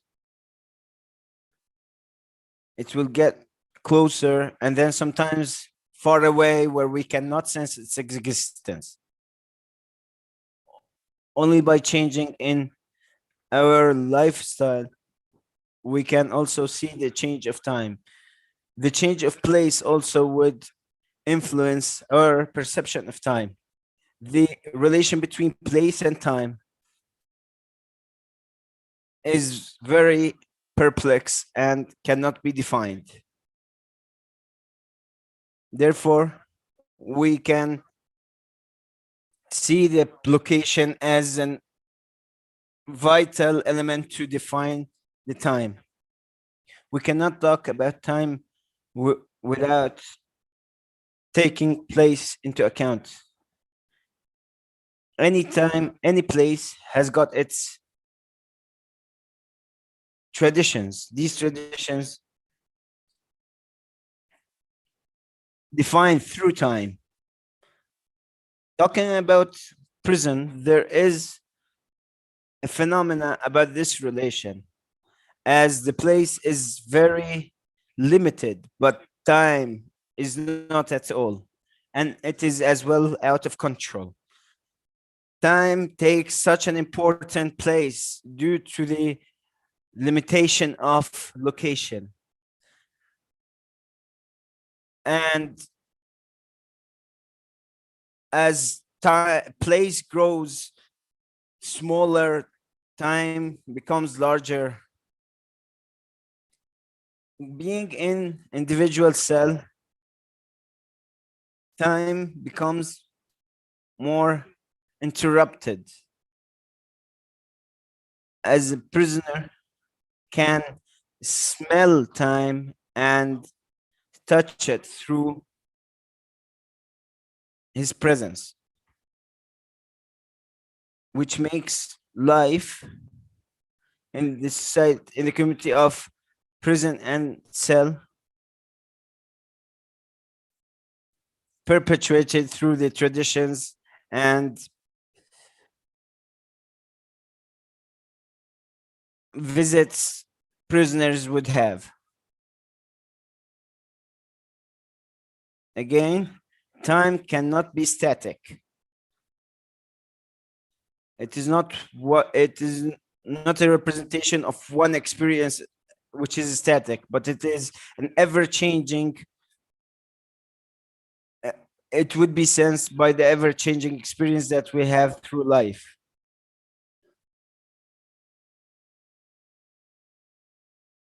Therefore, our sensation perception to time would become lazier and less awakened. I found myself in a very early age where I was abducted from my house to be in a life and a world of guards and boundaries. In this location, it was difficult to calculate the time in this place. At the beginning,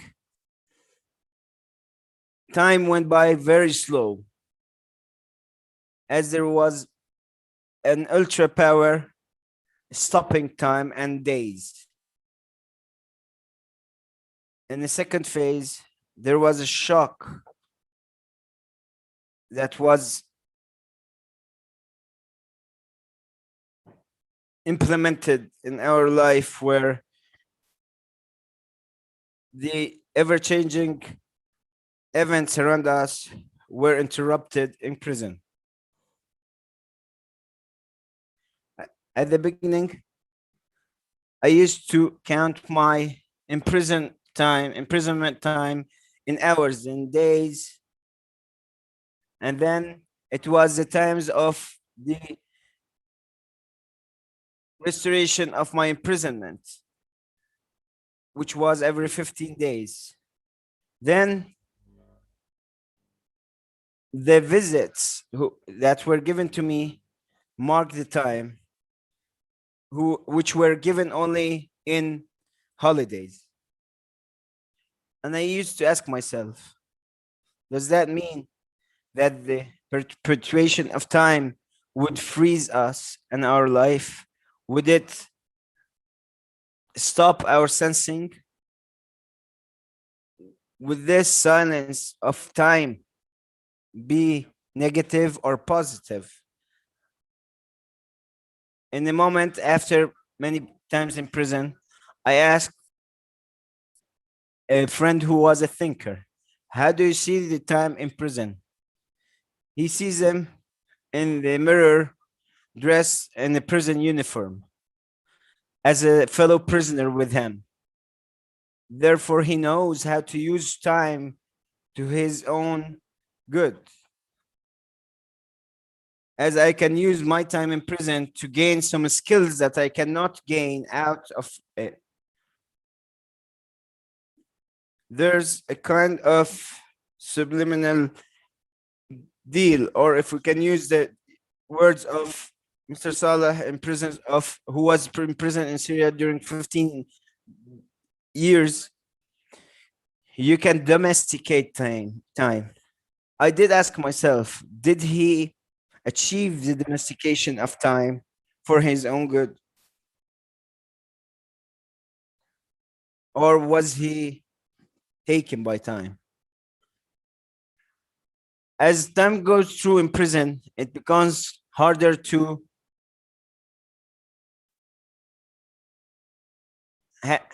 get more acquainted to prison and comfortable. Everything in prison becomes more closer to us, less aggressive. It is normalized. I don't know if that is positive or negative, as it could be also a way of taking our hope away.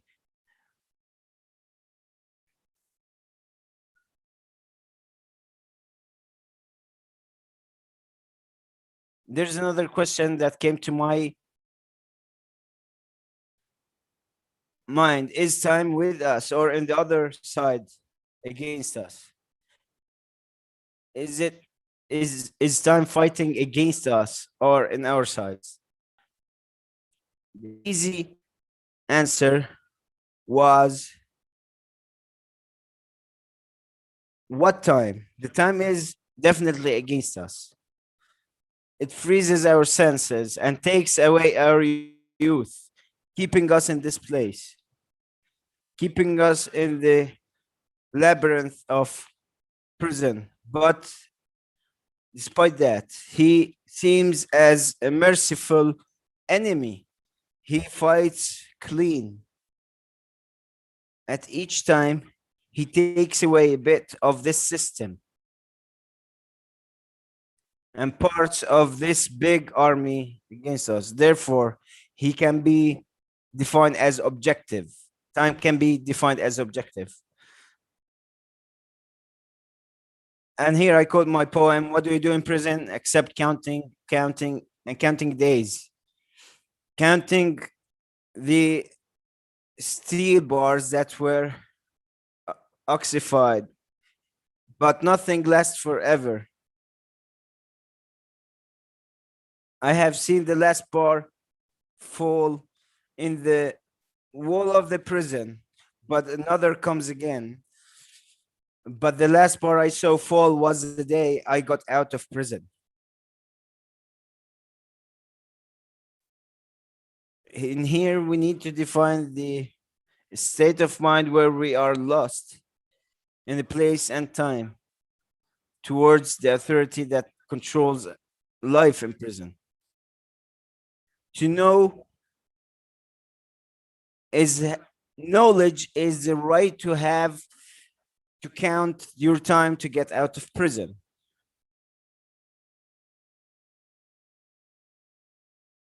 Time in prison needs to be learned and known. Therefore, I always looked for a way that would take me away of the routine. In the big cell, shared cell, I used to look at guards where they had a normal sense of time.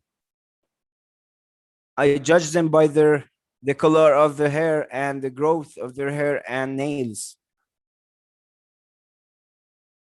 As in the individual cell, for me, I thought keeping my hair long was a way of resisting.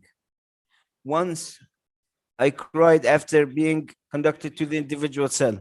When I got to the cell where I put my hand on my head just to find myself shaved completely after years of having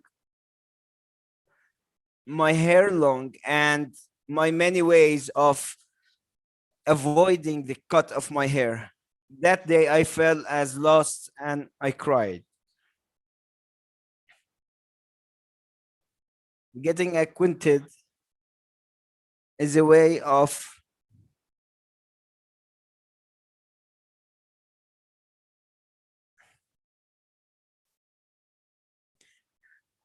getting acquainted to the prison and to time in prison is kind of a game.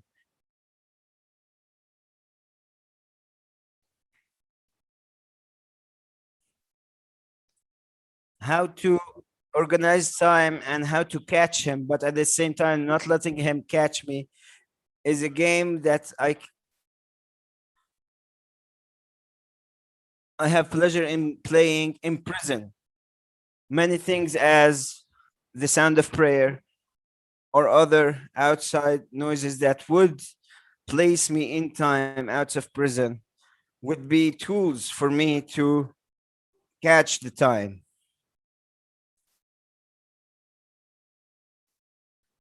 Therefore, after a time, you get good at this game, and I can sense time without lots of influence, as for example, being hungry or getting out from individual cell.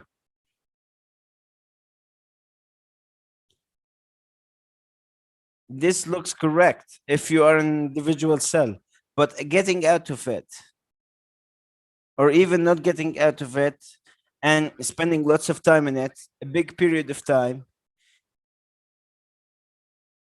you will find that the longest period in a cell being in complete isolation, you would feel as it is a small period of time. Therefore, days out of individual cell did not pass by as days within it. Maybe that's what made the scientist Victor Crumble say his very known proverb, years out of prison is not as a day in prison. It is boredom that would define time in and outside of prison.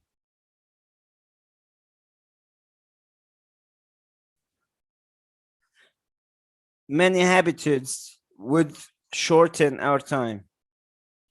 In individual cell, I did not confront problems with sleeping. On contrary, I prefer to be awakened to sense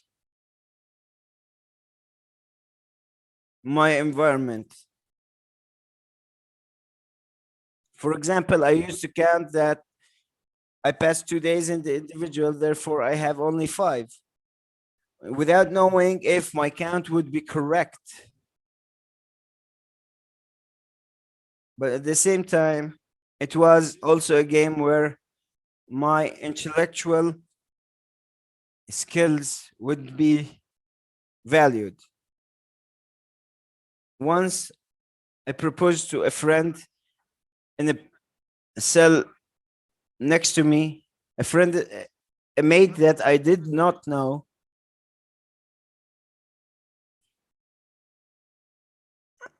How can I proposed to him to get out and walk in the desert? But how will we know that we got to our location?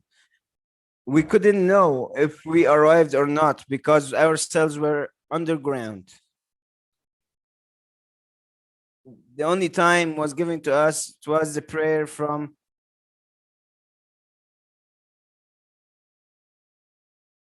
which was at 1:30. Also, the time of eating was also a tool for us to perceive time. And therefore, time passed going from one perception of time to other. But measurement of time passing was harder as events, because of lack of events. Once I got, and here I say my point, this cellmate, he went in prison when he had 20 years. He got out of it when he had 20 years, but with new ideas. Thanks. Thank you a lot, Mahsen, for this wonderful text and very sensible and special, especially in that it comes from a personal experience, which makes us sense every single word. Through the discussion, maybe we can talk more about tools of steadfasting in prison and how to count all days in prison and write these wonderful texts in prison. These texts that would help anyone who is in prison in the future. Now we go to the next panelist, Dr. Widad Barghouthi, if she can hear us.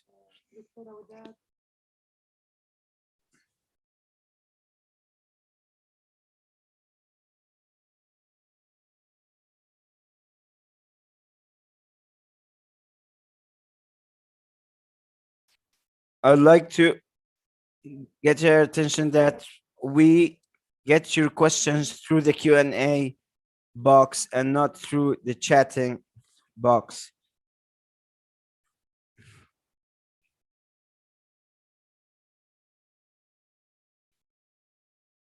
Dr. Widad, can you hear us?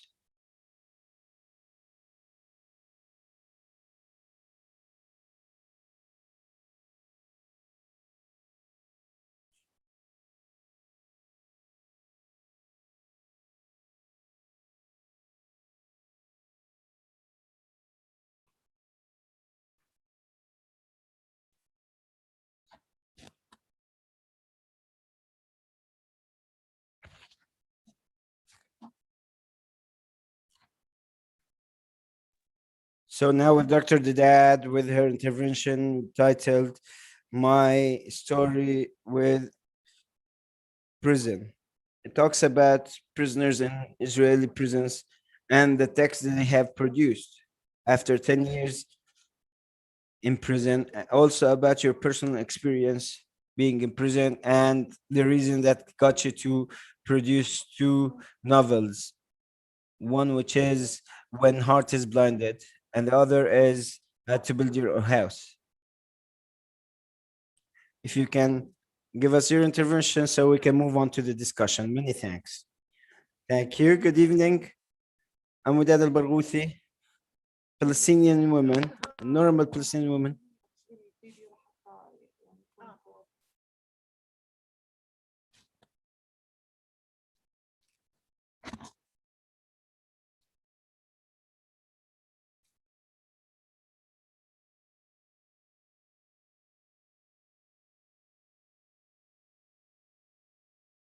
So I'm a normal Palestinian woman. My story is a story of many others. Talks about my experience with prison literature. 10 years in prison, in my whole life, I don't recall one moment where I wasn't the daughter of a prisoner, the wife or the mother of a prisoner, which is the reason that linked me during 63 years with prison literature. And my first contact with this literature was when I was born, as my father, who passed away now, was a prisoner in Jordanian prisons. When he got the news of my birth, he was already 17 months in prison, and he wrote a poem with the title of Mom, Where's My Father? It was a poem citing me, asking my mother when I grow up, where is my father? My father was in prison then he remained in prison for 16 years afterwards. This contact with prison literature carried on with different prisons. And it started with this girl who was in her mother's belly and grew up with lots of interest in literature and journalism, who actually work in different newspapers. Days and events went by normally, where I got to know prison literature and resistance literature. Working as a publisher in the newspaper of Iraq, among many letters to the newspaper and different poems that I read and my own writings, there was a phenomena where I received a capsule from a prisoner through friends outside prison that transferred it to me. A prisoner called Muhammad Abu Musar. He is today a martyr. He passed away. He was killed in Jabalia, Gaza. This letter was about a student studying in the Soviet Union who got to know a Soviet friend and his family. The day of graduation, his friend came to his graduation and he told him that one day they will meet each other in Palestine or in Israel, as his friend said.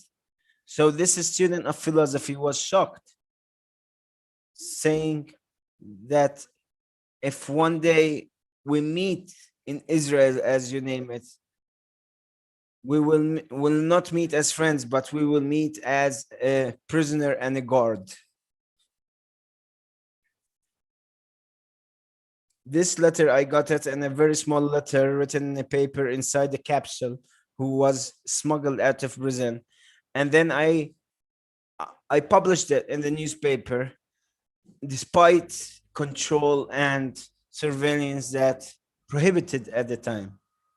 This letter that talks about the streets of Moscow in which this prisoner lived in, but he cannot describe. But I was very amazed by this letter that describes the Moscow with its streets and beautifulness, a city which I lived in, but I couldn't describe it as beautiful as this prisoner did in this capsule. If this tells us something, is that this prisoner and his knowledge to Moscow is a knowledge through his readings to the Soviet literature only, and not by being there. And this gives us an idea of the depth of prison literature in Israeli prisons for Palestinian prisoners. Therefore, being in prison, it is always a chance that has to be taken no matter what to express yourself. Also, I did write about the prisoner Aisha Ode, who was visited by Muwatin Center as well, and told this story, a very beautiful experience showing the death of the suffering of this woman in Israeli prisons.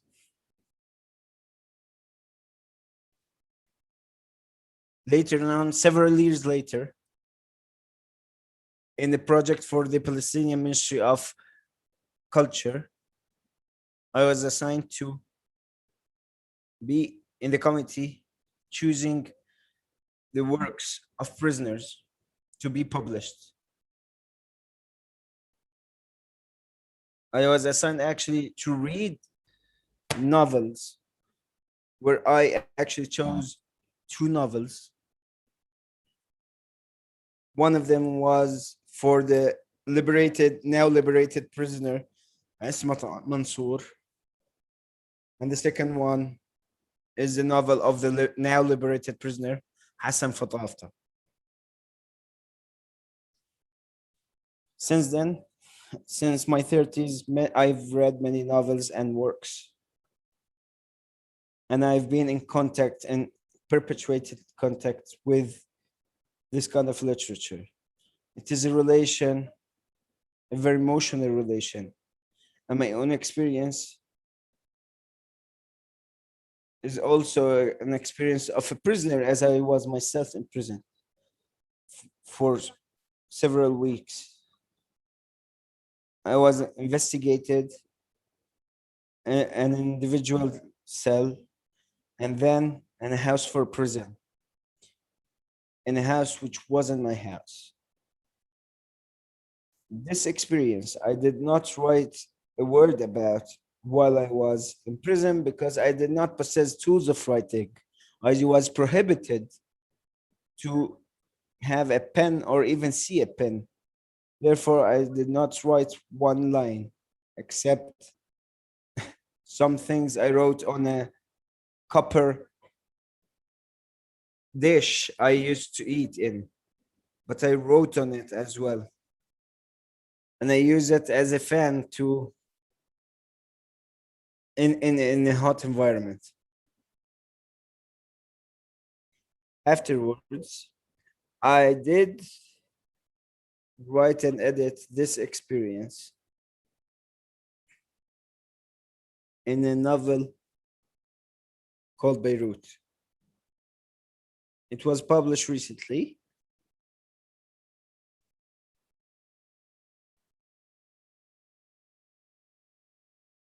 And I tried to give the value of this novel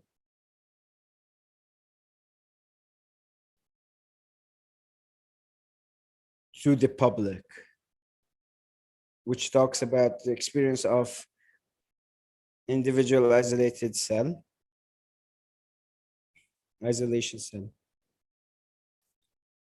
After finding a big welcoming of this, after getting out of the prison, I was welcomed and helped by my people and family. my entourage, and even people that I don't know gave me the warm welcoming that helped me produce this novel. But the novel did take into account another side, which was also people who were scared and afraid, owners of the building I was living in, and owners of buildings that did not rent me the apartment because I was imprisoned previously. They were scared of the occupation and the consequences of renting a prisoner an apartment. The novel did take this side of reaction of society to prisoner as well.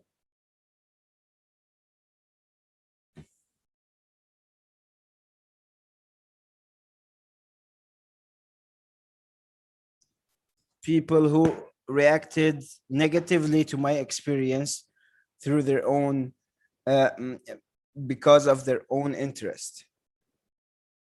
Thanks a lot for hearing me.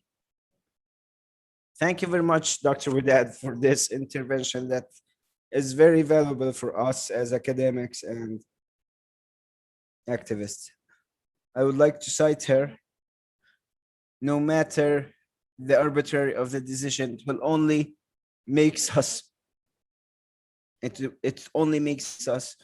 more resistant to the transgressions of Israeli occupation that are committed against us. Because no matter how our rights are taken away by the occupation, it will be given to us again. Thanks a lot, Doctor, for this intervention. We will carry on with you in questions and answers. Thanks for all interventions, Poet Mohsen. There's Saif al-Islam Eid saying, thank you very much, Mr. Mohsen, for this text that is really sincere and simple. Talking about your experience in prison and resistance through time and place. Picturing the isolation cell and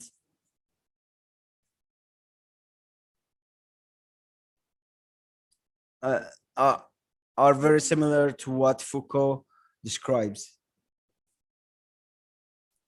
Dr. Lisa, thank you a lot, Mohsen, for your wonderful text. And we ask if your sense towards time has changed after getting out of prison, and do you care more about time nowadays? We can take other questions.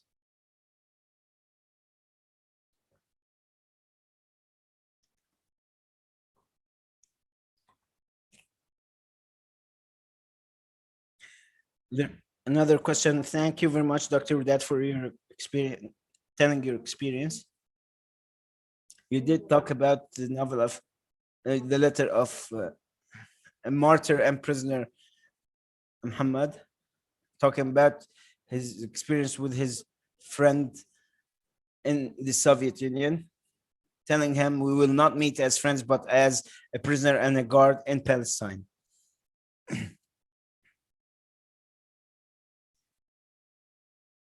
Therefore, I would like to ask Dr. Widad, how do you treat the relation between the colonizer and colonized in your literature, behind bars or outside of bars, and the impossibility of normalization of relation between the occupier and occupied, oppressed and oppressor? As Dr. Widad told me once a story about her,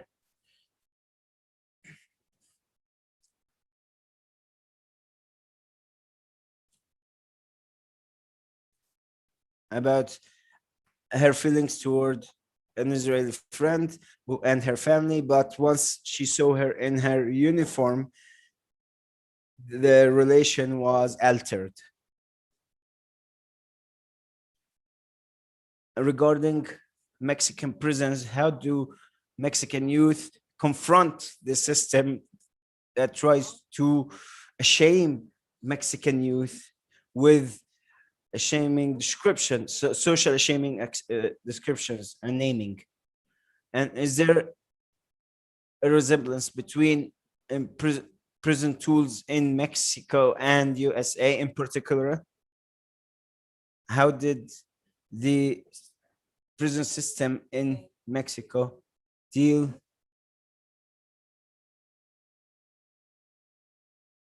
in prisons? We start with the question to Poet Mohsen. Please take away, unmute yourself.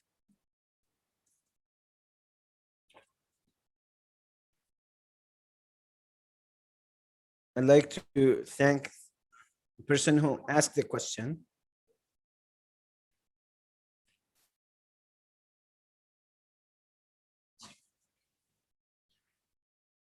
To answer Professor Lisa, I do feel, I do sense time in different way after getting out of prison. Difference.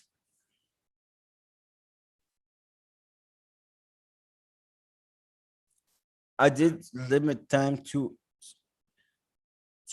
a day, but the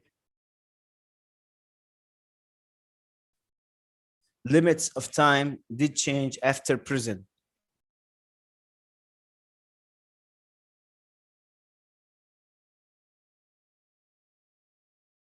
I did use different tools to define the time and a different intensity as well. But I sensed it also in different ways. A part that I did not read of my essay is about time is also related about memory. My memory nowadays is stronger. In prison, I wrote my poems through without a pen and a paper, but only in my mind. And then I started to recite them to my friends out of prison, only from my mind, as I never wrote them. And I did decide not to write, not never writing my poems, and this strengthened my memory. And this set an intensity to my life and my sensation to time around me. Many thanks. And now we move on to Professor Claudia and then to Widad. Ok, gracias. Bueno, pues quizás una de las principales diferencias en el tema de la delincuencia juvenil o de las cárceles para juveniles con Estados Unidos. When you're talking about the juvenile institutions. Sorry, because, wait. Tengo que apagar mi... Sorry, I just have to do something here. Thank you. I was listening to myself. So one of the main differences, if you compare United States and Mexico, is that in Mexico, the maximum penalty cannot be over 5 years. It doesn't matter what type of crime was committed, to up to 5 years. However, in Mexico, all the work that you do inside a jail or prisons has to do with administration.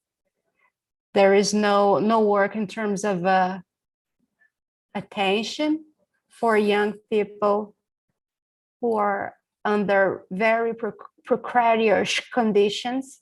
There are no conditions for them to have access to other types of dynamic socials. So when they leave jail, they can have another life. All the work is done there inside the juvenile centers in Mexico in terms of education, culture, art, literature. sports.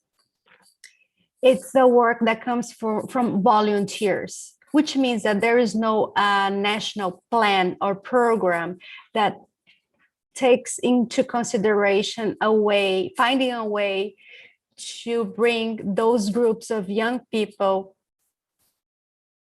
back in society. So the sanctions are very limited. 5 years. I have been working with teenagers who went to jails because they went to jail because they killed 10 people because they work for the organized crimes. They're going to leave the jail in 5 years. So that's very good for the organized crime to have young people working for that, because they're going to be in jail for only 5 years. There is nothing to break this in the system, this reality in the system. So we do this type of work because we're resistant. We're part of the resistance. Because there's no plan in terms of a work plan at a national level to think about modifying this reality of these young people.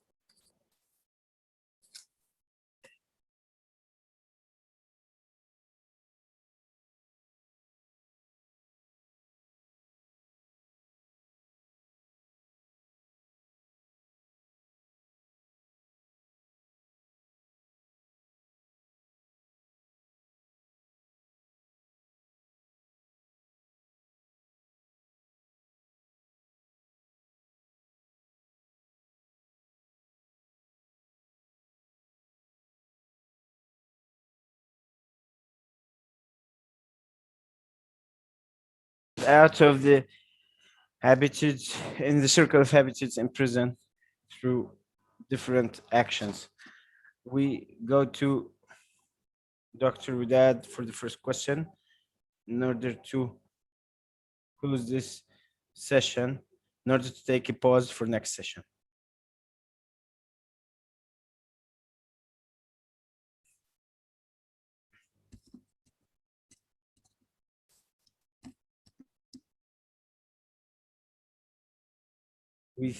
I thank my friend Ashjan, wherever she is, and she reminds me of the story of Muhammad Abu Nasr, the martyr Muhammad Abu Nasr, or the Israeli woman, the ill Israeli woman that I happened to be visiting my cousin in Israeli hospitals, where this woman was. At that time, I used to look at her as someone in pain, and I used to hope for her remission. And I felt happiness when she improved. For a moment, I did forget that this woman is occupying our houses and land. She is one of the people expulsing us. She might have been a soldier that directly took part in occupying our land and expulsing our people. But after a while, her son came in, and he was in a military uniform, and he was visiting her. His military uniform reminded me that they are occupiers. Many questions came to my mind. Maybe this soldier or a soldier like him reminded me of a soldier who once hit me in my head, breaking my skull, and gave me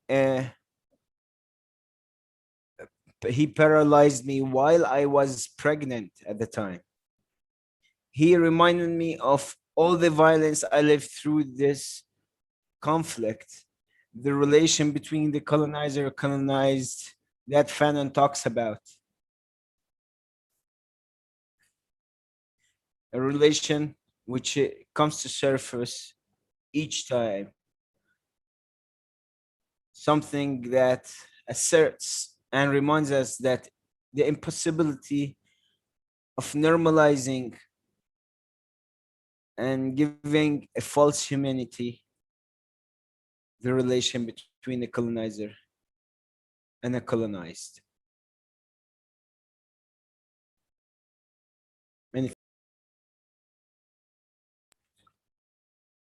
Mohsen, the word is to you. And thank you for the question.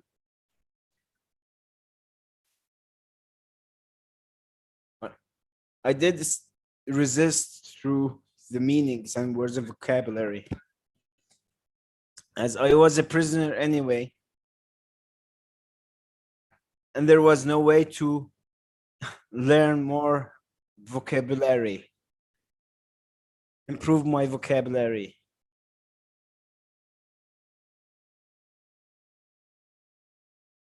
Writing poems was very difficult, but through a smuggled mobile, I did get in contact with different poets that I always dreamed of getting contact with, and they did help me improve my writings. I did write for 3 reasons, or maybe for 2.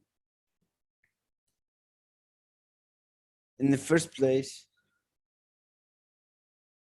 I was in a way getting out of the prison and getting my friends out of prison through my writings. While being in the isolation cell, I was writing to create a space of resistance, creating a new relation with time, and taking me to a place where no one is around me. From a place where no one is around me to a place where there are people and interactions around me. Therefore, writing is a everlasting research of the identity and a meaning for what's happening around me.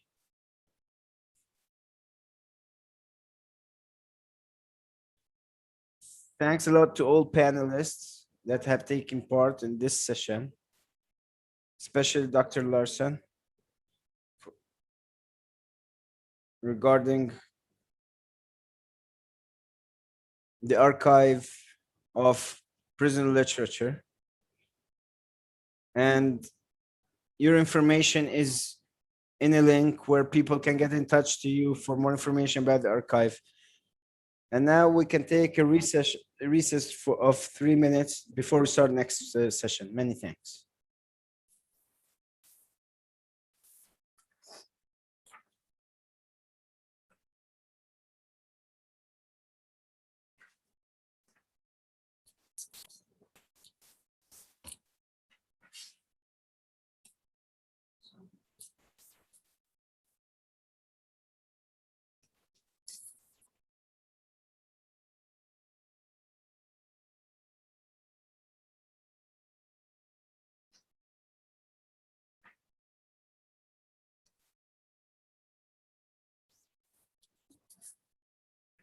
Yeah, the guy should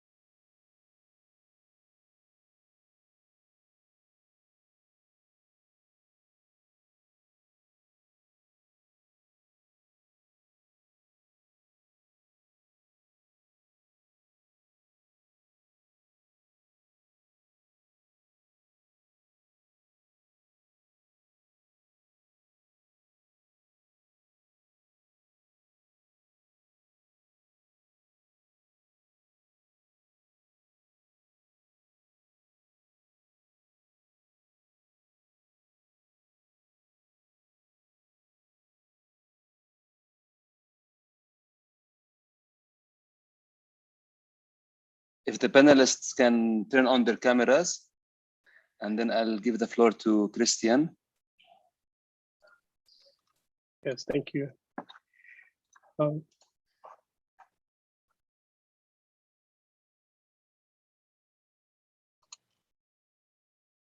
Sorry. Yeah, we're coming back. Thank you. My name is Christian Vasquez. I'm a PhD student at UC Santa Barbara. This is the second panel on global prison industrial complexes. I just want to reinform the audience that the conference is live streamed on Facebook and YouTube in Arabic, English, and Spanish. And I also want to reiterate that to ensure that your mute original audio button is clicked, and to click on the translation bar in Zoom to hear the designated language, so that you can hear the language that you need to listen to. Also, that Arabic is on the Japanese button, so you can click on that to hear the Arabic.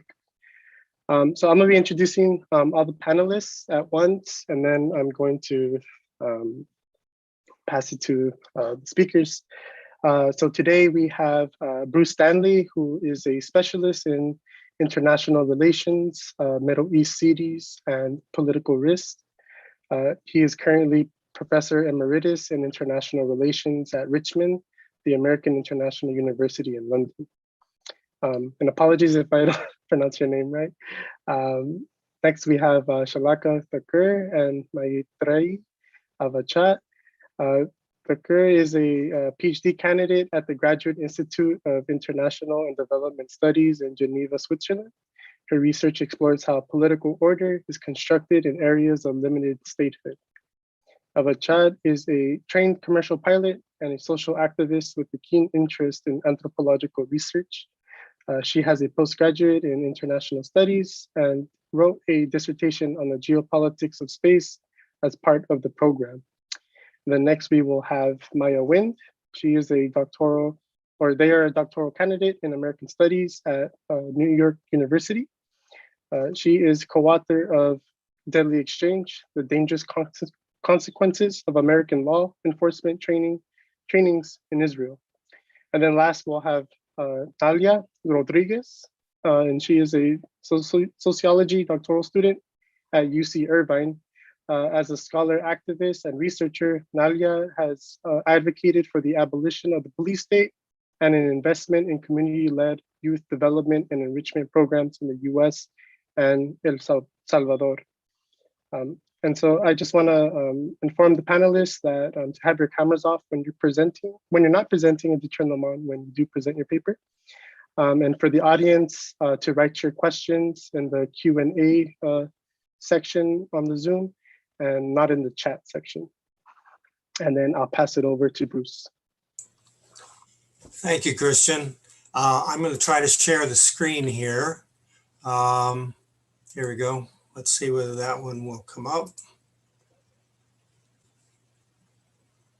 And do you see that? Everybody okay on that? Yes. So, I'm very glad to be part of this Global Carceral States Conference.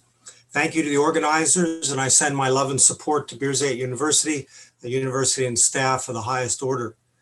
I've watched the university grow since the time of Gabby Baramki, supported Hana Nasser, started my career together with Maher El-Heshwe, and knew Ahmed Harb.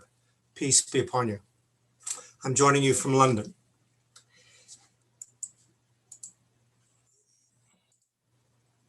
Let's see. There we go. Is that moving along? There we go. Okay.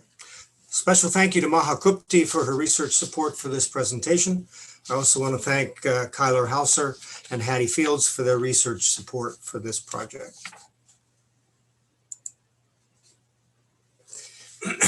Three guides grounded my thinking for this presentation. Michel Foucault, with his work on Discipline and Punish, first helped me make the connection between carcerality and the city. Ahmed Achille Bembe pushed me to think about global transitions occurring today in the nocturnal aspects of necropolitics, particularly the new high-tech constellations among sovereign war machines and the emerging spatio-temporal geographies of carcerality in evidence at the beginning of the 21st century. Stan Cohen reminded me that there are cycles between the hard and soft machines used to control the urban, and encouraged the deconstruction of the imaginaries and visions of social control, particularly the fear of the chaotic urban and the trajectory of the future city, which animates guardians and their violence. This paper emerges from 4 analytic moves on my part. The first is that I background the state, subverting social sciences' infatuation with formal spatial boundaries, rejecting methodological nationalism as a dominant framing device, and foregrounding instead translocal urban assemblages as the ontological causal social structures around which politics, economics, and the social actually materialize. Second, I start from the premise that that assemblage urbanism allows us to grasp the city anew as a relentlessly assembled concrete site of relational practice, a multiplicity of processes of becoming, a difficult and decentered object, an open building site, emergent from multiscalar relational flows among heterogeneous component parts. Third, I insist that some urban assemblages demonstrate more coherence, stability, resilience, and agency across space and time than others, and so their contingent yet reoccurring cohesion should be analyzed. I borrow the term from Janet Abu-Lughod and call them urban armatures. Finally, I follow Charles Tilley and Manuel de Landa and look for the mechanisms and practices of emergence of such assemblages. Some analysts have deployed the term everyday state, the punitive state, or the carceral state as they investigate the carceral. I focus, however, on emergent carceral armatures, what Gill et al. Called carceral circuits, and how they materialize carceral realities in the urban everyday. I assume entangled, translocal, networked, multiscalar, diverse material and ideational parts, human and non-human, which together form contingent urban carceral armatures. My focus in particular is on the entangled carceral spaces, agents, technology, social technical imaginaries, and mechanisms which together deny liberty. We're witnessing today the production of new scales of spatial temporal geographies, experiencing a restructuring, a transitional moment of relational emergence, a critical point of intensification. A few, but not most, carceral armatures are morphing into fortified high-tech regimes of separation, imbricating capital, big data, high-speed processes, and algorithmic computation, mass surveillance, global actor engagement, and new forms of policing into the urban everyday. In particular, the Israeli carceral assemblage, dominating Palestinian cities, is now tightly interlinked and coeval with the nascent yet phenomenally resourced Gulf carceral assemblage. A scaling up has occurred, materializing a new recurrent and resilient stretched relational structure, an ontologically eminent whole existing alongside its nested parts, an emergent Middle East carceral armature. My research suggests the following primary components and mechanisms which assemble and maintain this armature: the expanded lethality and militarization of violence, new assemblages of policing, high and low structures and practices, expanding carceral spaces seeping into the everyday urban, intensified surveillance technologies, enhanced biopolitics control over life and death, new roles of carceral capitalism, pervasive imaginaries of urban carceral social control and punitive immobility, enhanced regulation, racialization, and securitization of difference, expanding carceral performances, worlded relational ties among global actors sharing resources. I don't have time to go into detail each of these. Let me highlight 4 which I find particularly powerful: carceral spaces, carceral agents, carceral performances, and imaginaries. Critical carceral geography has pushed me to think carceral spaces beyond the formal prison into the myriad spaces where communities, neighborhoods, and individuals are deprived of liberty, and where the hard machine of social control operates in the everyday. The armature materializes the full range of carceral spatial forms, often in the most creative and intensive ways, compared to other carceral assemblages around the world. Some spaces are formal, like the Kuwait City Prison, Central Prison, or the Prince Mohammed Rehab Center in Riyadh. Others, like the Kuwait Police College, announce their presence triumphantly via stark architecture. Many are colonial remnants, like the British colonial prison structures in Palestine, the Taggart Forts or La Moscabia, morphing and fluid, used and reused to detain. The power of the supermax concept as a worlded spatial prison design is particularly significant. They are a prison for a prison, a form of reflexive punitive penalty, disappearing the most recalcitrant carceral subjects in order to stabilize urban order. Al-Hair Supermax Prison in Riyadh, Jau Prison south of Manama, Gilbao and Aylan prisons in Israel, Dahban Central Prison in Jeddah, Abu Ghraib, the US prison ships El Pileu and the Bataan in the Gulf, Guantanamo, as we heard earlier tonight, and Diego Garcia share this logic. Such high security regimes of carceral confinement reflect the armature's headlong rush toward carceral hyperinflation. Just to note that the Palestinian leader Marwan Baroudi was moved last week to Aylan into solitary confinement in revenge for his public support for the current confrontations. Across the armature, one of the most powerful carceral spaces deployed is that of cities or districts of cities or neighborhoods under siege. The siege of Abadan in 1980 lasted a year in the Iran-Iraq War, while Iran returned the favor and put Basra under siege in 1987. The UK put Basra under siege in the invasion of Iraq in 2003. Gaza, of course, is the clearest example of a prison or siege city with various layers of carceral spatiality at work. The vertical, as we saw with the destruction of so many buildings this last week, free fire zones, no-go offshore areas, and underground scales. The battle for room to breathe that was the Great March of Return was all about spatial siege. The ongoing experiences of Hebron or the Battle of the Jenin camp in 2002 are other examples.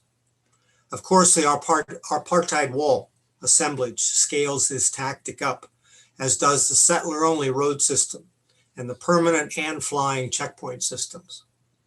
New carceral spaces and the subsequent ethnic cleansing of Palestinian neighborhoods like Sheikh Jarrah or the Hebronization of remnant communities in Jaffa and Akka reflect this intensive spatial reordering in all its oppressiveness. Across the armature, there are many intentional, hidden, and temporary or ad hoc sites, such as the Ritz-Carlton Hotel in Riyadh.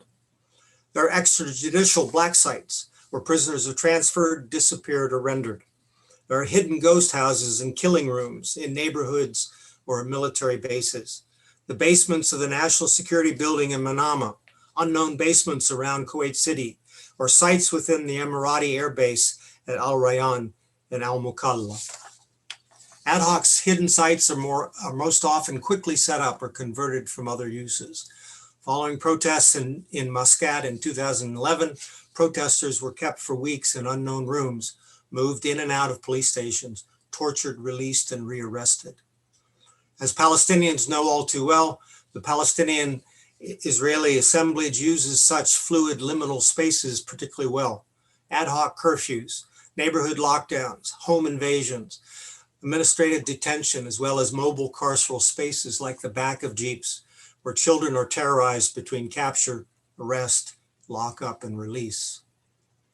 The reports this week post-Gaza ceasefire have seen enhanced carceral spatial measures, termed Operation Law and Order, against Palestinians within the Green Line, arresting hundreds and classifying them as criminals. Numerous additional checkpoints have appeared at entrances to Palestinian neighborhoods.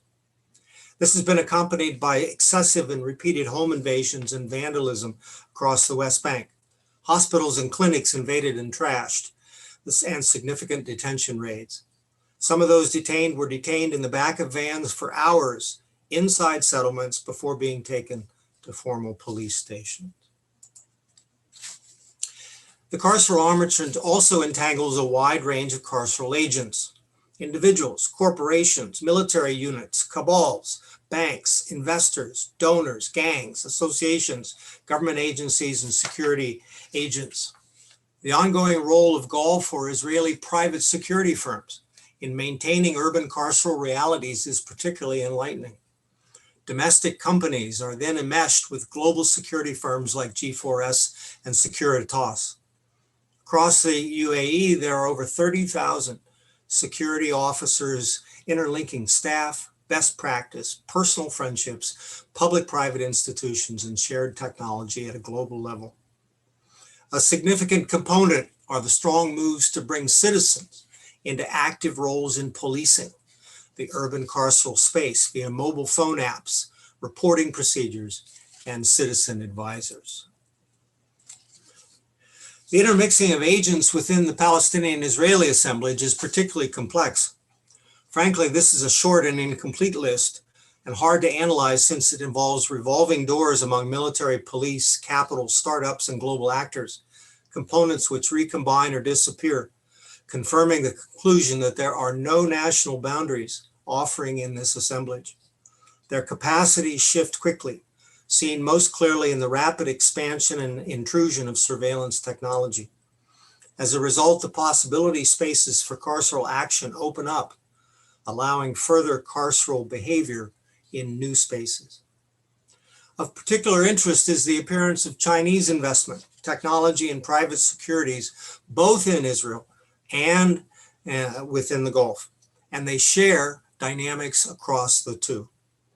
With Israeli security companies, the use of Huawei technology across the Gulf, facilitating the emergence of new carceral capabilities.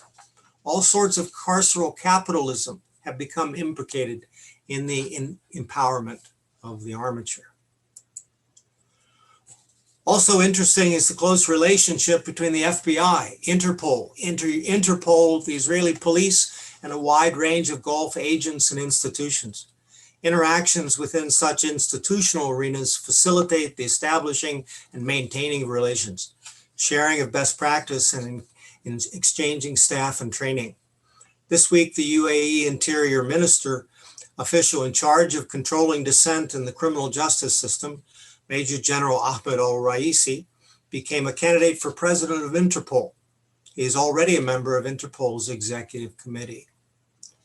Finally, academia, with its research awards, centers, swapping of staff with carceral capitalism, and the military police revolving doors, plays a significant role in maintaining the armature. The Middle East carceral armature excels at the theater of sovereignty and in providing carceral performances to instruct, deter, or discipline through death and control of the body.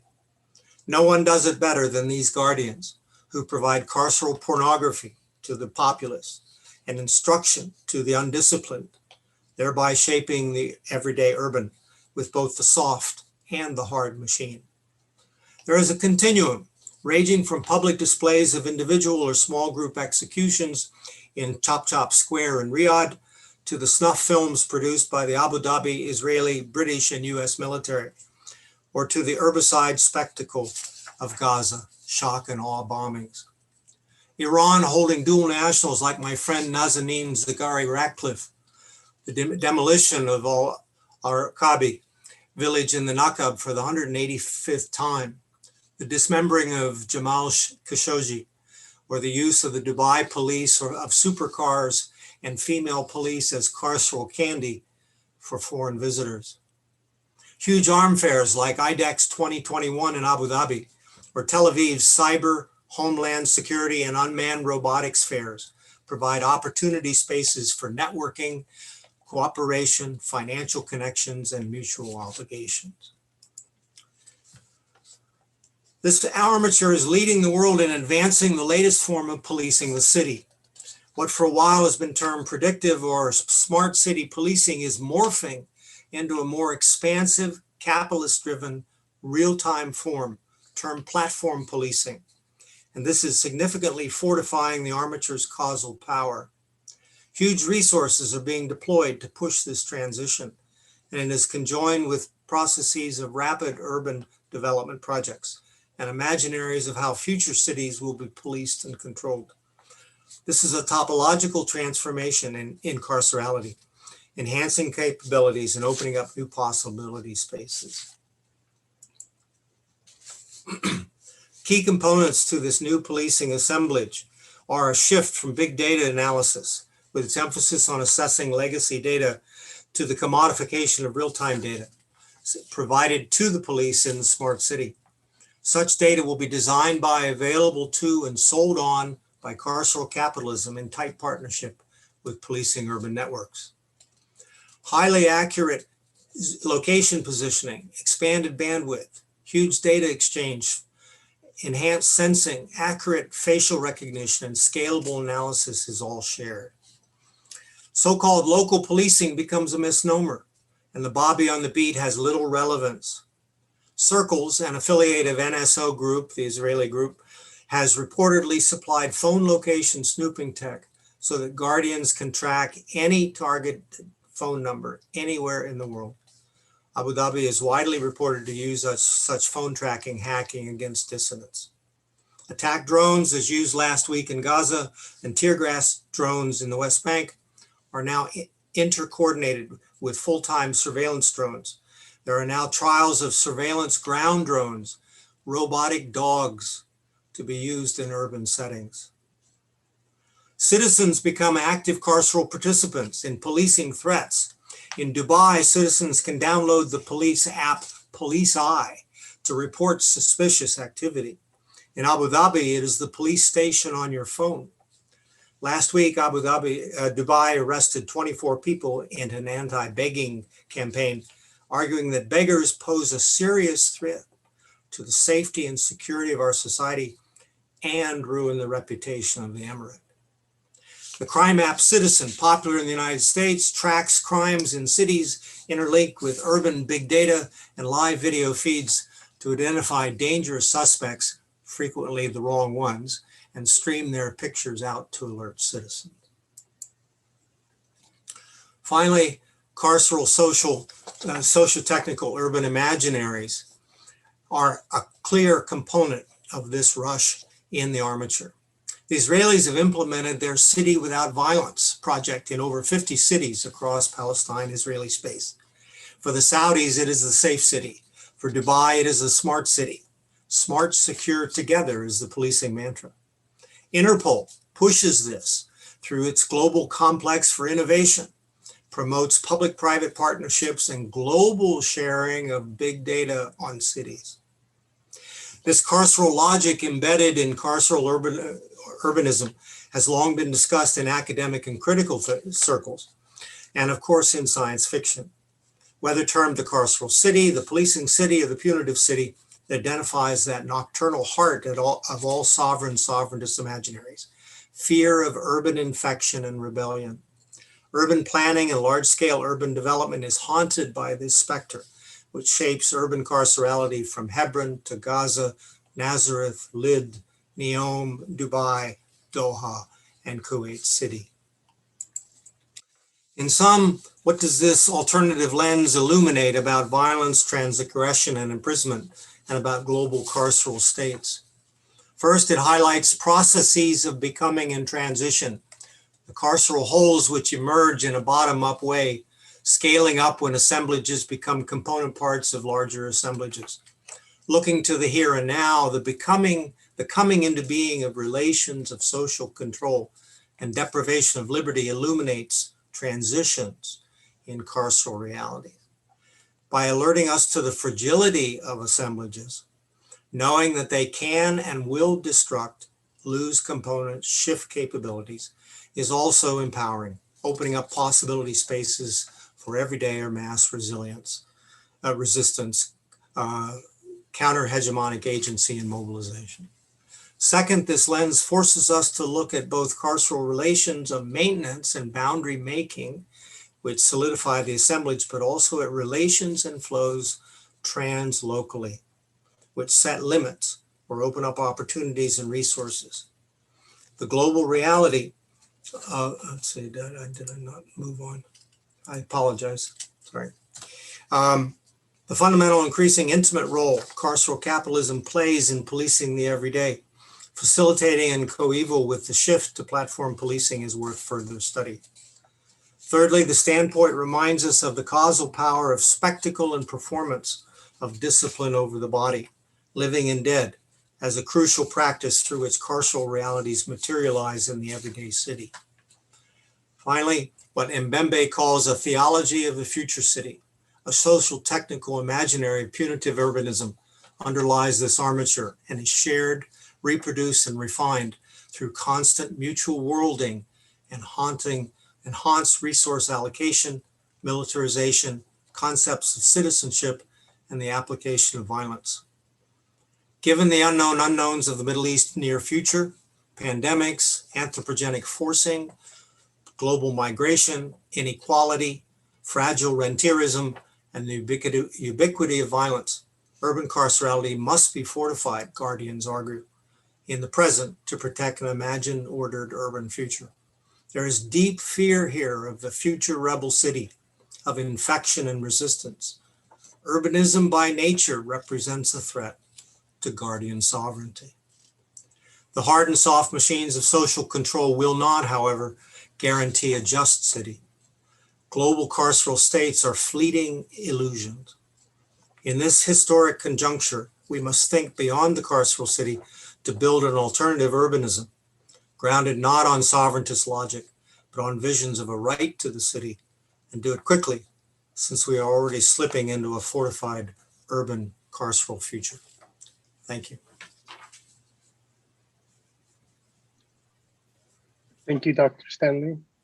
Next, we will transition into Shalaka and Mayetri's presentation.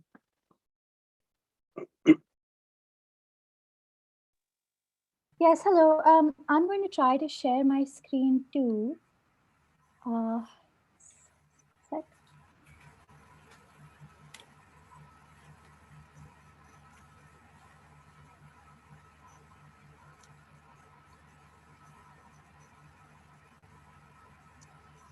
Thank you, Christian. So one of my colleagues is based in Northeast India, and this past month he was missing from our weekly online video check-ins. And this was because he was trying to bail one of his friends and fellow activists. He was trying to secure bail for him. His friend Sintha was charged under the Unlawful Activities Prevention Act, or the UAPA, which is an anti-terror act. And the complaint against him was that he was an overground militant.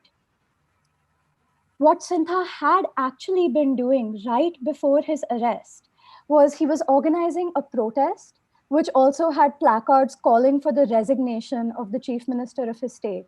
This was a peaceful protest and just a sit-in. On looking at the order sheet and comparing it to the documented events that transpired, and also speaking to some human rights activists in the region and some lawyers, it seems like blatant abuse of an already draconian and dangerous act. And I wanted to start with this recent case because it gives us a snapshot into how the UAPA is being used today. Unfortunately, cases like this are just dismally routine. When I asked the same colleague of mine if Maitre and I could interview his friend who had been charged under the act, his response was, "Which one? There are so many." And indeed, Sintha's case is just one in over 5,000 UAPA cases that have been lodged in the last 5 years. An amendment was made to it in 2019, which provides that individuals can be designated as terrorists and not just organizations. And in the same year, in 2019, there was a 72% increase in cases registered. So, of course, this has not gone unnoticed, right? There's been a lot written on the draconian nature of the UAPA, of how rampantly it's being used right now, of the physiological and psychological costs paid by those who are under trials, waiting for their trial under this act. What is also happening though is that the UAPA and its application is being tied to the narrative of an increasingly authoritarian India. And you do see this from the hasty enactment of the most recent amendment that I just mentioned, from the increase in cases that this current BJP led government is just a brandishing the act with a zeal that we have not seen before. However, at the same time, it's important to note that anti terror legislation in India predates the rise of majoritarianism, and it definitely predates this current government. What we want to do through this paper is disentangle these layers of the law and of those who are employing it. In this paper, then, we're looking at the UAPA in comparison to some other preventive detention laws that came before it and anti-terror regimes in India through the years. And through this, we want to delineate two layers in particular.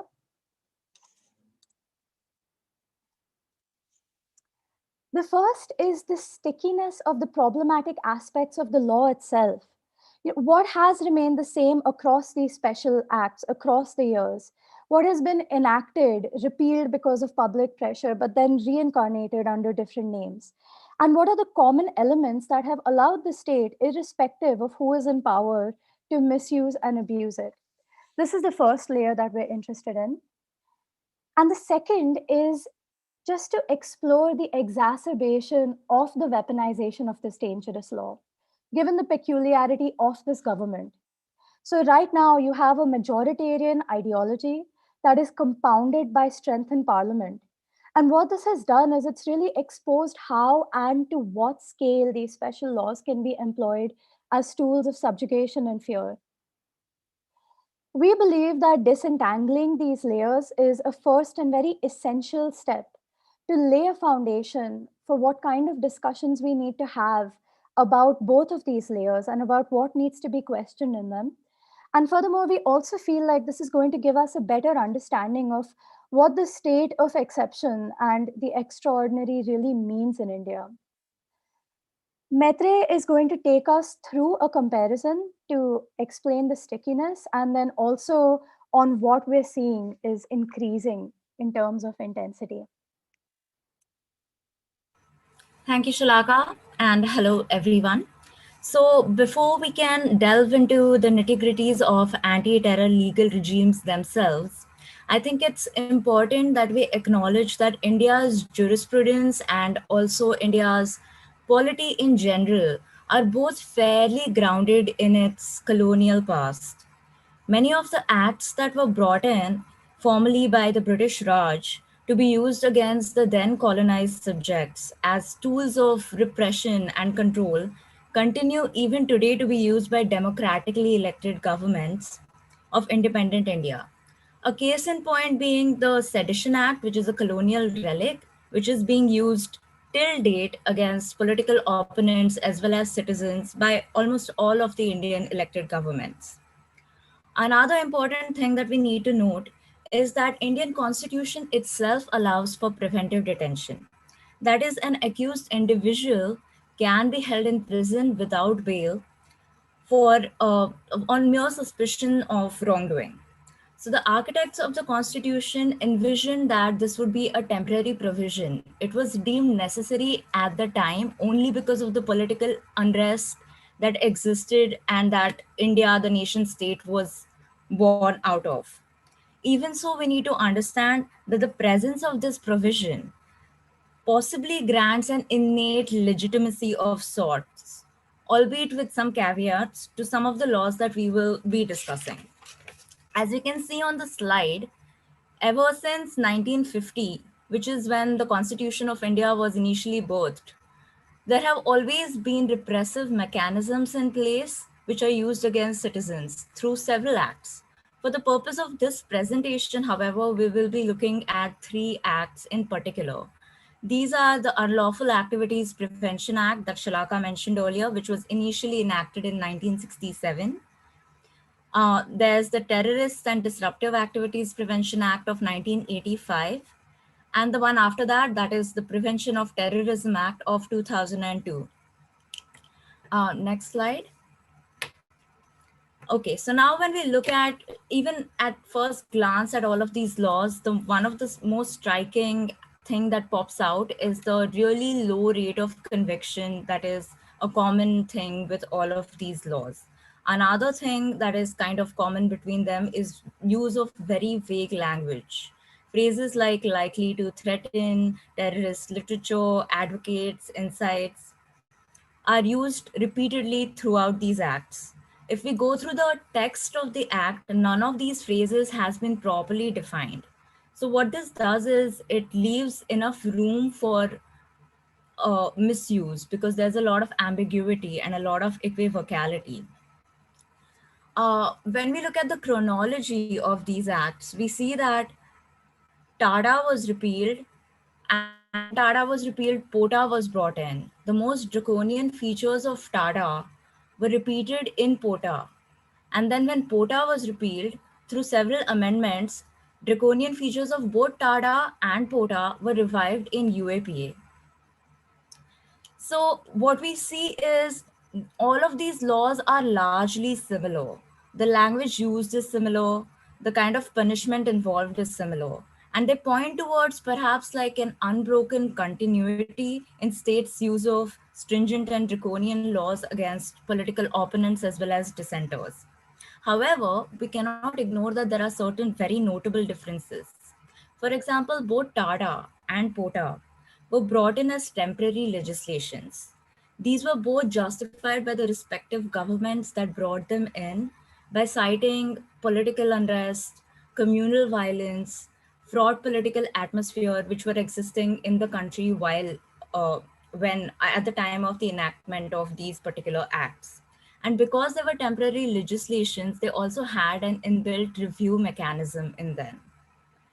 Now, because both these acts were rampantly misused by all the governments that were in power while these acts were still valid, there was a lot of public outcry and a lot of backlash against it. In light of all of these, they were repealed as part of perhaps political machinations by the government that was in power at the time. UAPA, on the other hand, the act that we are concentrating on mainly, is a regular law. It is a permanent law and it does not, in fact, have any review mechanism. As we saw earlier, the most problematic and controversial aspects of TADA and POTA were transferred to UAPA through multiple amendments. The most recent amendment, however, the one of 2019, which gives state the power to declare an individual a terrorist, that Shalaka also mentioned in the introduction. This was curiously missing in both TADA and POTA. This seems to be a new feature that has been added onto UAPA. Another particularly pernicious feature of this new amendment is that denotification process. That is, if you want to get yourself denotified as a terrorist, it is quite a tedious and complex process, which is largely overseen by the central government itself, making it more or less almost laughably Kafkaesque. Thus, while there is a sameness that we see in all of these acts, there is also a simultaneous deterioration in the civil liberties as well as right to dissent of the citizens. And this is carried forward through UAPA. So now when we speak of laws that interfere with rights and freedoms of citizens of any democracy, we need to also pay attention to the role of judiciary in all of this. Typically in a democracy like India, uh, there is a great emphasis on separation of powers between the executive as well as the judiciary, so as to ensure judicial independence. Now we need to take into consideration the fact that the Supreme Court of India is also granted extraordinary powers, wherein any act that is deemed unconstitutional in the letter or spirit or in practice can be taken cognizance of or struck down by the Supreme Court. When it comes to TADA and POTA, we see that it was majorly public outcry that led to their abrogation. The judiciary or the Supreme Court did not particularly pay attention to it, more or less turned a blind eye to it. However, what we see now is sort of like an exacerbation of this judicial neglect, where the judicial neglect has stopped being just dereliction of duty on part of Supreme Court, but has now turned into a sort of state of affairs where the judiciary is in fact extension of the state itself, extension of the executive itself. Such concern of institutional erosion has been voiced by many retired Supreme Court judges themselves. When Shalaka and I interviewed a bunch of advocates, both retired as well as practicing for the purpose of this paper, they voiced similar concerns as well. As an example, I'd like to mention that most recently there were 2 Supreme Court judges who refused bail to a person accused in UAPA case. The reason for the refusal of bail was that, according to them, the person had to disprove association with the case before he could be granted bail. Now, this is a blatant disregard of the criminal jurisprudence of India because of 2 reasons. One, there is a presumption of guilt in this case, where the person who was accused was presumed to be guilty by the Supreme Court. And 2, because the burden of proof was placed entirely on the accused as opposed to the prosecution, which is generally the case. So all of this shows us that while these laws are in fact getting more and more dangerous and insidious and draconian, the safeguard that we have against misuse of these supposedly extraordinary laws is disintegrating. Thus, we see that while these laws are claimed to be exceptional, the exceptionality itself is contestable, wherein it stopped being exceptional and the exceptionality is permeating into the everyday. This throws up several questions, which I think Shalaka would now expound on further. Great. Just very quickly going to conclude. So how do we understand the UAPA in the light of its predecessors and also its current intensification? As this presentation has demonstrated, having preventive detention provisions has benefited successive governments, and they continue bringing in these acts through procedures that have been established by the law. So what we're seeing is a routinization of the extraordinary. And this is by no means specific to the Indian experience, right? You see the same in Egypt, in Myanmar, in Sri Lanka, in part undoubtedly to be blamed to the British colonial hangover, but also around the world in other parts, be it France, Germany, the US, and Japan. In India, it was public outcry and civil society, and not the judiciary, as Maitre mentioned, that got TADA and POTA repealed, only to manifest again in a different skin as a fixed facet of the Indian state. So by exploring these special laws as a continuum, by seeing what has remained the same and what has increased, what teeth have been added to these acts, what has disintegrated in the checks and balances, in the reviews, we want to create a foundation for public discourse where we can ask ourselves, what powers do you want your state to have? Finally, while the extreme manner in which the current government is abusing the UAPA is really shining a light on the dangers to the rights of individuals, this has been a pressing issue in India's peripheries for much longer. In conversations with human rights activists and lawyers in Northeast India, they explain that they have been questioning and trying to mobilize public opinion around the UAPA for a long time, much before the BJP was even in power. It's only now that it is being used as a tool against the mainland India away from the periphery that the issue is gaining traction. I think this brings us to a last point of reflection, that where and based on what are we drawing this line for the unacceptable? All right, thanks a lot. That's our presentation, and we're really looking forward to the discussion. Thank you. Thank you both. And I do want to remind the audience, if you have any questions, to please put them in the Q&A box. Next, we have Maya. So share your presentation. Hello. Can you hear me? I was having some audio issues. Yeah? Yes. You can hear me? Okay. Just one moment then.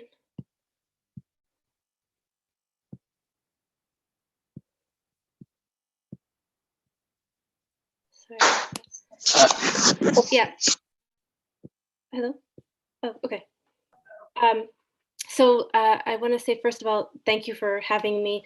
It is wonderful to be at this conference and to learn from such amazing activists and scholars. And I'm also deeply, deeply honored to be participating in a conference by the Muwatin Institute at Birzeit.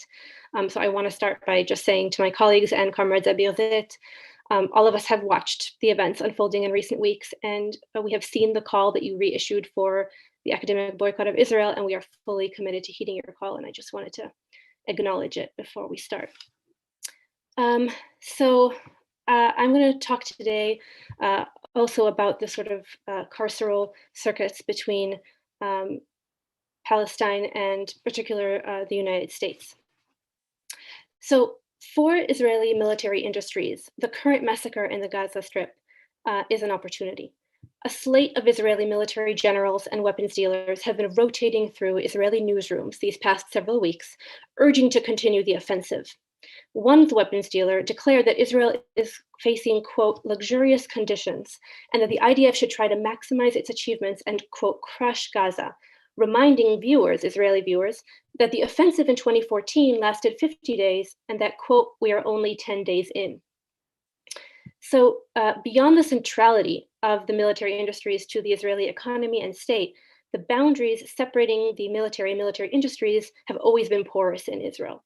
Military generals in the reserves are often employees or sit on the boards of Israeli weapons corporations, and the Israeli weapons corporations, some of which are still entirely or partially state-owned, develop their weapons through, quote, field testing in Palestine during Israeli military operations. So my paper today is going to examine how Israeli offensives in Gaza are entangled with international police states, and in particular with the carceral state of the United States. And so I'm going to begin with a short discussion of the circuits of weapons from the Gaza Strip to US law enforcement, and will then locate the circulation of technologies within the larger context of US police trainings in Israel. I will show that Israeli weapons corporations advance a liberal understanding of Israeli security, such that Israeli expertise reproduced by its settler colonial violence remains somehow internationally legitimated. So the Gaza Strip, as Palestinian activists and scholars have long pointed out, and Professor Stanley also just discussed, is itself a carceral project. The Gaza Strip is not only the world's largest open-air prison, it is a site for experimentation and pacification technologies on a massive scale. Israel controls Gaza's aerial space, territorial waters and land crossings, the entry and exit of people and goods, and the supply of electricity and water, and of course has imposed a minimum basket of food supplies, literally counting the calories the residents of Gaza are allowed. And every few years, as we are currently witnessing, there are military offensives that kill hundreds, if not thousands, of Palestinians, men, women, and children. So building on studies that theorize the Gaza Strip as a carceral laboratory, I want to trace some of the through lines between the last official offensive in 2014 and the current one, and to analyze them as stages in a long-standing experiment where technologies of, quote, urban warfare are tested and refined before their export to police forces in places like the United States. The 2014 aerial bombing and ensuing ground incursion that lasted 50 days killed more than 2,200 Palestinians and injured over 11,000. Experts in the international community have found Israel guilty of war crimes and violations of international humanitarian law and laws of war in this 2014 offensive. Now, just 3 weeks after the 2014 offensive, an exhibit was held in a suburb of Tel Aviv, where international delegations of military and law enforcement officials, including from the United States, were invited to see weapons tested in the offensive. The timing of the 2014 expo was explicitly explained by the CEO of MAPRO, which is one of the Israeli exhibiting companies, who said, quote, "After every operation in Gaza, of the kind that is now taking place, we see an increase in the number of customers from abroad. Israeli military correspondents elaborated on this. Quote, for the Israeli security industry and Israeli arms exports, the recent Gaza war ended in great victory. Battlefield is a seal of approval with regard to the international markets. What has been proven in battle sells much better. Immediately after the operation and even during, all kinds of foreign delegations arrived to appreciate Israel's technological capabilities and to examine their new products. End quote. So that was the military correspondence. So as part of my fieldwork, I attended dozens of military conferences and expos, such as that one, where Israeli experts promote their technologies. They are usually held in ballrooms of sort of modern convention centers, offering light refreshments and an espresso station, as well as an opportunity for international delegations to view video simulations of new weapons, alongside mock samples on display, gather brochures detailing their specifications, and hear sales pitches. Through an analysis of some of the weapons and technologies on display in the 2014 Expo, we can better understand the endurance of the international legitimacy of Israeli military offensives and the resultant products, despite the fact they are carried out and tested by a settler colonial state repeatedly found guilty of war crimes.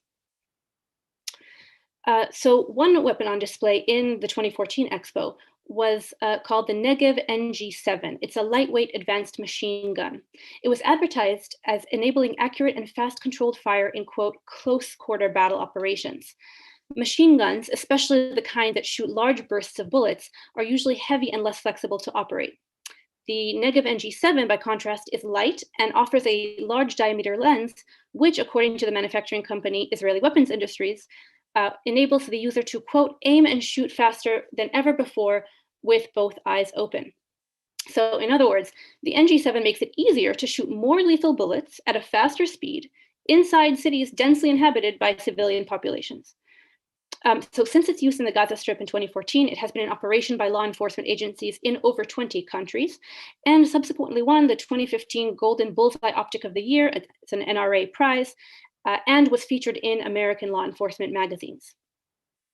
Another product shown at the Expo was the Savior 800. It is a portable intelligence, surveillance, and reconnaissance device, advertised as optimized for gathering, quote, accurate real-time information on live and static objects from behind solid barriers or walls. The system offers the capability to map the general shape of the room infrastructure and detect, quote, non-moving live targets. The US Department of Defense already purchased the earlier version of this product called the Savior 400, and sheriff departments' SWAT teams, such as that of Gwinnett County in the state of Georgia in the United States, have already been using it. So Savior has since been made widely available to US law enforcement throughout the United States through a US-based distributor. These products are advertised with an emphasis on accuracy, achieved through vision and speed. They showcase a narrative of the relationship between a more precise and pinpointed vision and the ability to isolate the people slated for elimination, ostensibly distinct from those who have, at least temporarily, been granted the right to continue to live. So navigating the crowded streets of Gaza, we are told, by Israeli weapons corporations, has offered Israeli military forces the opportunity to refine these technologies, which made them battle-proven and superior as a result.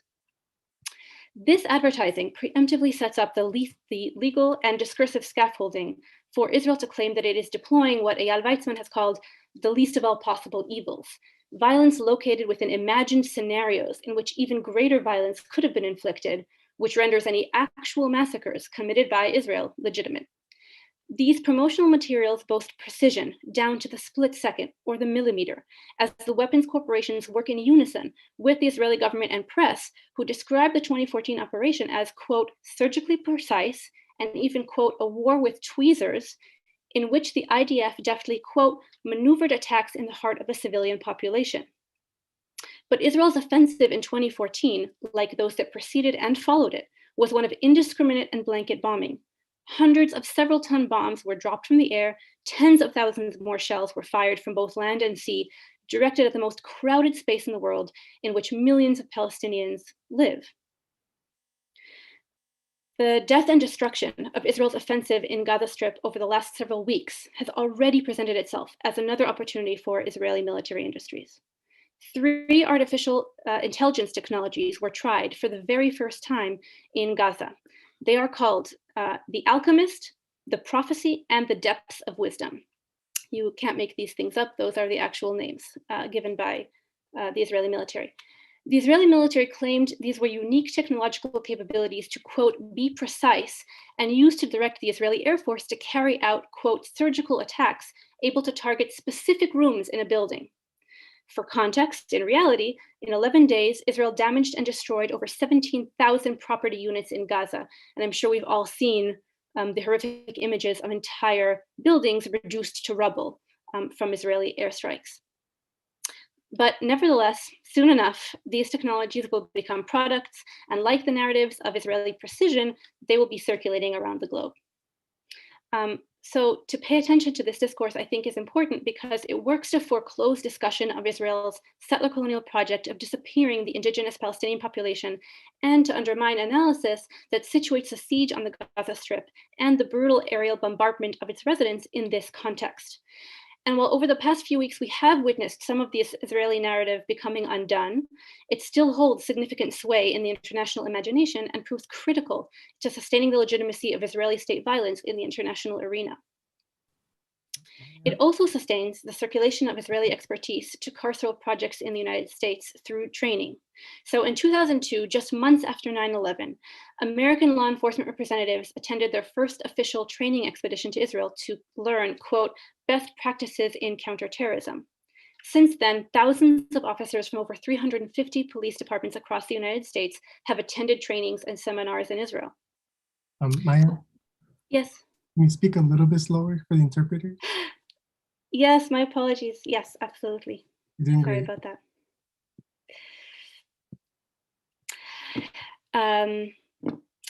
So on these delegations, a permanent stop is a tour of the old city in Palestinian East Jerusalem with the Israeli police force that occupies it. American police officers on tour visit the network of 400 cameras, which blanket the old city in East Jerusalem, operated by the Israeli company Mabat, which is gaze in Hebrew. They also hear presentations from the Israeli National Police and Israeli Border Police about their sophisticated system of rooting out what they call terror. Arguably, one of the most militarized and surveilled cities in the world, East Jerusalem operates as a live showroom for Israeli expertise. These police delegations have already facilitated the export of some of Israel's surveillance technologies to the United States. And I can give many examples of this, but just one for now. Following visits to Israel by the Atlanta Police Department, they created a video integration center collecting and monitoring footage from the city's system of thousands of both public and private 24-hour surveillance cameras, reportedly mimicking the command and control center that Israel runs in the old city of Palestinian East Jerusalem. So I was part of a team that researched these delegations over the course of several years now, and we met several of them on the ground in Palestine. I last interviewed officers from a delegation of California police departments in 2019. So one of the delegates, who was an officer from San Diego, expressed a deep appreciation for what he considered the Jerusalem police force's, quote, multicultural policing. He marveled at how aptly the Jerusalem police maneuvered in the delicate constellation of a city where Jewish, Muslim, and Christian residents, as well as the majority of the major holy sites of these faiths are, with the aim of keeping the peace, as he understood it.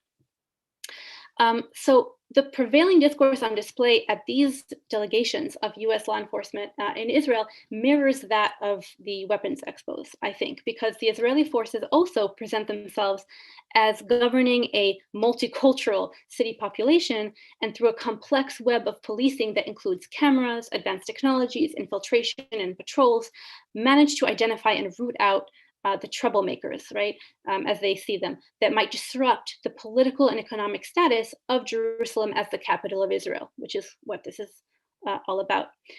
This discourse effectively transforms the colonial occupation of Palestinian East Jerusalem and its indigenous population into a project of policing a diverse, right, quote, diverse city population by its lawful government. It also obscures that the structure of Israel's surveillance apparatus is that of a blanket monitoring of all Palestinians in all places, with cameras and armed forces covering every square meter of the old city of Jerusalem, and of course, East Jerusalem at large. Like that of the Gaza Strip, Israel's colonial occupation of East Jerusalem is obfuscated through the outward-facing articulation of an accurate and liberal, security state.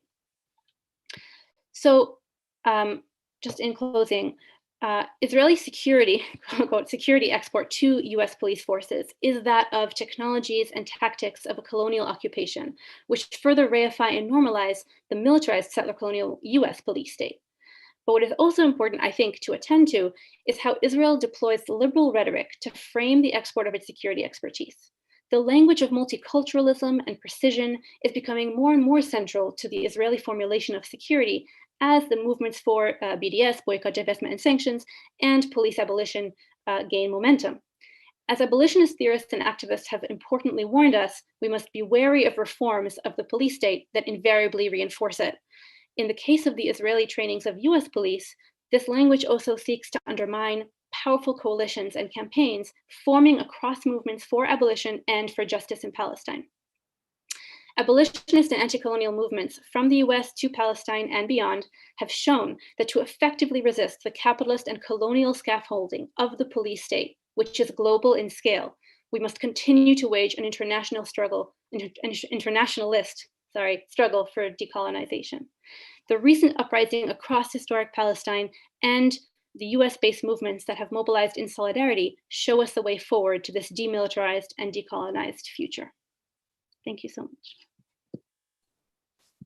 Thank you, Maya, for your wonderful paper.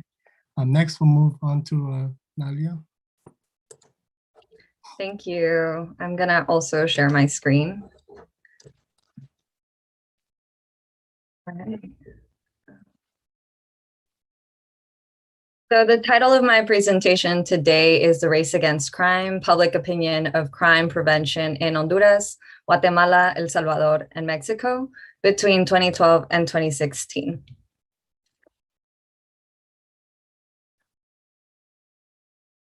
To provide a brief background, the reason why these countries were chosen was because this region has been known to have high homicide rates. And so on this slide, I have a graph of intentional homicide rates for El Salvador, Guatemala, Honduras, and Mexico, with data provided from the UN Office on Drugs and Crimes, International Homicide Statistics. The date range is from 1990 to 2018, but I'm specifically interested in the 2012 to 2016 time period for this paper, because this is roughly a decade after the implementation of zero tolerance policing policies that had been exported from the US into this region. I'm particularly interested in the decade after because I was curious as to whether or not people perceived that these policies had been working. So my research question is, who has a preference for crime prevention, right? So in what ways does skin color, race, and socioeconomic status impact perceptions on best practice for crime prevention in this region? The policies that had been implemented, exported from the US, were ones that had high racialized impact on Black, Indigenous, and people of color in the US that led to high rates of incarceration, racial profiling, and such. And so I was curious as to how these policies influence different racialized contexts. And this is thinking about the Latin American context that has very different racial perceptions than the US. In thinking about crime prevention and race, perceptions of punitiveness in the United States have shown that white people tend to have negative stereotypes of Black and Latinos, which influences their preference for punitiveness. Punitiveness being preference for harsher penalties for people who commit crime. And so if there are negative perceptions about certain people that relate certain groups to crime, or relate certain groups to crime, then that would mean that they would be more likely to prefer punitive policies. This is similar in the Latin American context, where negative stereotypes relating to Black and Indigenous people as being associated to crime has also been seen throughout Latin America, and it's the sense in this region as well. Part of this is a result of the criminalization of racial markers, specifically the criminalization of certain areas that are historically populated with high rates of Black and Indigenous groups, and then associating these areas with gangs and high crime in media. In the Latin American context, skin color has been found to be a better predictor of ethno-racial inequality in Latin America. And as a result of the mestizaje ideology in Latin America, one of the things that I'm arguing in this paper is that mestizaje is a promotion of white supremacy. And as such, I categorize white and mestizo people together as a comparison group for other non-white, non-mestizo, self-racialized individuals. I argue that race is important to understand the nuances and perceptions of crime and crime prevention, and that perceptions based on skin color should also be better understood in relation to perceptions of crime and crime prevention, because of the history of criminalization of Indigenous and Black people in these countries. I'm also interested in measuring socioeconomic status in relation to preferences for crime prevention. And in Latin America, education and class are predictors of racial inequality. And so thinking about how these different countries might differ, El Salvador is a quite different country than the other ones because upper classes have a more popular support for government intervention than the other countries, and they are more likely to advocate for the other countries are more likely to advocate for individual responsibility. So I use education and wealth assets to measure socioeconomic status, and the wealth assets I'll get into a little bit more later. In terms of education and for crime prevention, the implementation of educational and social programs for youth have been popular throughout the US and Latin America, and is especially a popular tool for crime prevention. Typically, there is less funding for crime prevention that promotes education, as opposed to punitive programs that have much higher funding, such as for policing and incarceration. For this paper, I ran binomial logistic regressions for survey years 2012 to 2016 for El Salvador, Mexico, Honduras, and Guatemala. This data was gathered from the Latin American Public Opinion Project, and my sample size for my regressions were 12,279. And this is a nationally representative data set that uses face-to-face sampling method. The dependent variable that I used is a question that asks about crime prevention, and it reads, in your opinion, to reduce crime in this country, it is more important that the government invest in 1, prevention programs like opportunities for education and employment, or 2, increase criminal penalties against delinquents. And it's important to note that the bracketed portion of this question was only included in year 2016, which is important for my analysis because I find that the year is important in terms of providing a slight bias. So in 2016, more people were responding for a preference for prevention programs than in other years. So I'll talk a little bit more about that later. My independent variables of interest, these are just some descriptive statistics. white and mestiza racial categories was used as a base for my racial category analysis, and I ran all categorical variables as factorials against white and mestiza people. And then for the skin color variable, on the right-hand side is a skin color palette that was used by the survey interviewers who categorized their interviewees based off of skin color. My hypotheses are that, one, that darker skin and non-white or mestizo people will be more likely to prefer prevention programs to reduce crime over punitive policies, and that people with higher educational attainment who have wealth assets would be more in favor of prevention programs to reduce crime when compared to people with less years of education.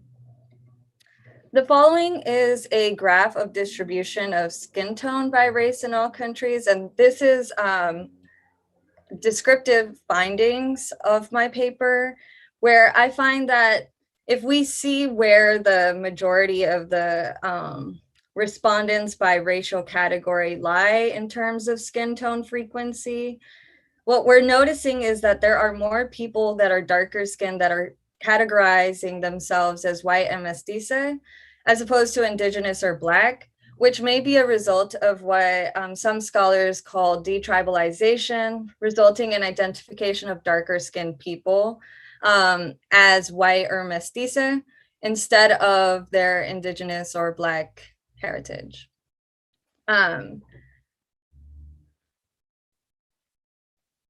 The next is results from the regression analysis. I didn't include the full regression results just because of size, but I have them in case anybody's interested in seeing them further.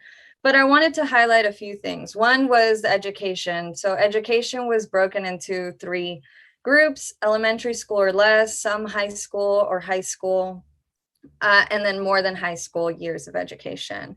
And we find that with higher levels of education, people are significantly more likely to want prevention programs such as jobs and education rather than punitive policies. Next, we see household appliances is on the left-hand side in Model 5.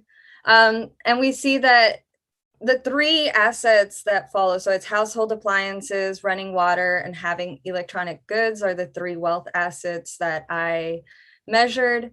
And all 3 of them in the full Model 5 that included all control variables, we find that if you have wealth assets, you're also more likely to prefer prevention programs for crime prevention. On the right-hand side, we see in Model 2, skin color is integrated into the model, and it wasn't measured with race. I had separated the race and the skin color categories in order to determine whether or not they were confounding variables. And what we see in Model 2 is skin color without the race variable, and Model 3 has race without the skin color variable. Model 5 integrates both skin color and race with other measures that hadn't been included in Model 4. And so I'll talk a little bit about Model 5. And what we see is that whether or not race is included in the model, skin color is still significant. But what we're seeing is that the darker skin-toned people are more likely to prefer punitive programs for crime prevention as opposed to lighter skin-toned people. For the race category in Model 5, a significant finding that I found was that people that self-identified as Black or mulatto were more likely to prefer punitive programs when compared to mestiza and white people in these 4 countries.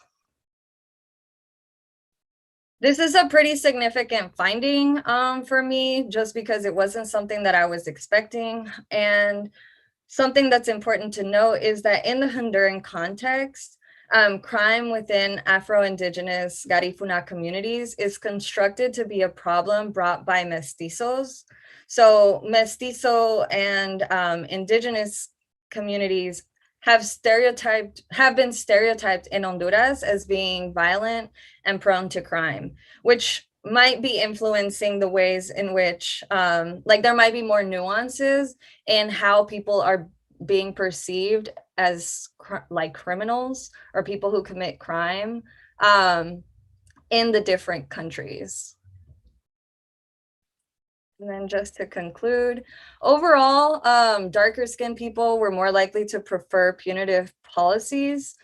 But what this really indicates is that further research is needed on the different lived experiences amongst people with different skin tones and racial groups in this region, and their experiences with the criminal justice system, how that varies. Additionally, Black people were more likely to prefer punitive policies, and further research is needed on perceptions of crime and people who commit crime in different Latin American contexts. There might be similar situations in the Salvadoran Guatemalan context as there are in Honduras regarding association of crime to mestizos. Additionally, I guess I didn't really talk too much about this, but the survey questionnaire has changed. As I mentioned, in the 2016 survey, there was an integration of a bracketed portion that provided an example of what prevention programs might be, which influenced how many people were responding in favor of prevention policies. So in 2016, a majority of people preferred prevention policies over punitive policies, which might have just been a result of the change in questionnaire. The theoretical implications of this study are, one, that the globalization of policing practices need to be more nuanced, we shouldn't really have like mass policing, but what needs to be further studied is their relation to racialized outcomes in different racial contexts. And then lastly, there's clearly a world culture of zero tolerance policing for crime prevention, and like other panelists today have spoken about, zero tolerance policing, whether it's for crime or for terrorism, is growing in popularity and becoming much more restrictive. And so with that, I will end, and I'd like to thank everyone here.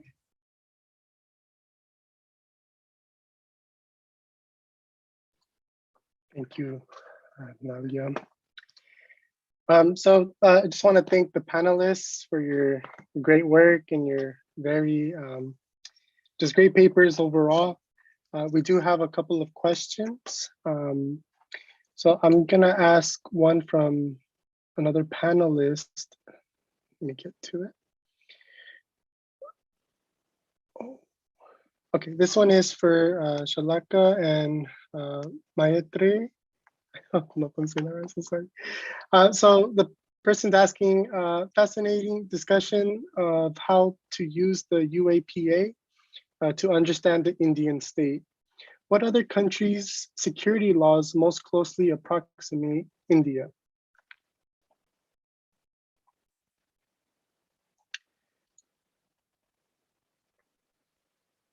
And that's the question. I'm sorry, could you repeat the question, please, Christian? Yeah, what other countries' security laws most closely approximate India? Actually, truth is we haven't really looked at a lot of security laws of other countries, and neither one of us is a legal expert.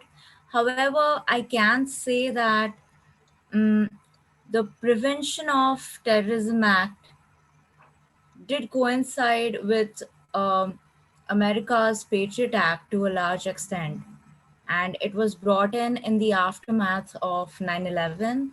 And also there was an attack on Indian Parliament in 2001. So it was sort of an attempt of India to align itself in a way with the war on terror, we can say. So that is a similarity that we have noticed.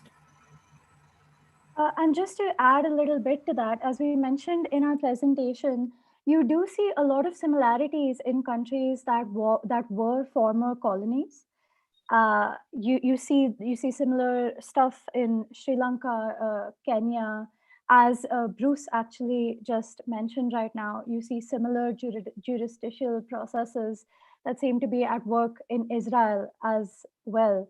So I feel like at least the trends that we are seeing with these special laws can be seen in a lot of countries. And of course, in the post 9/11 world, you have analogous examples across a lot of Western states as well.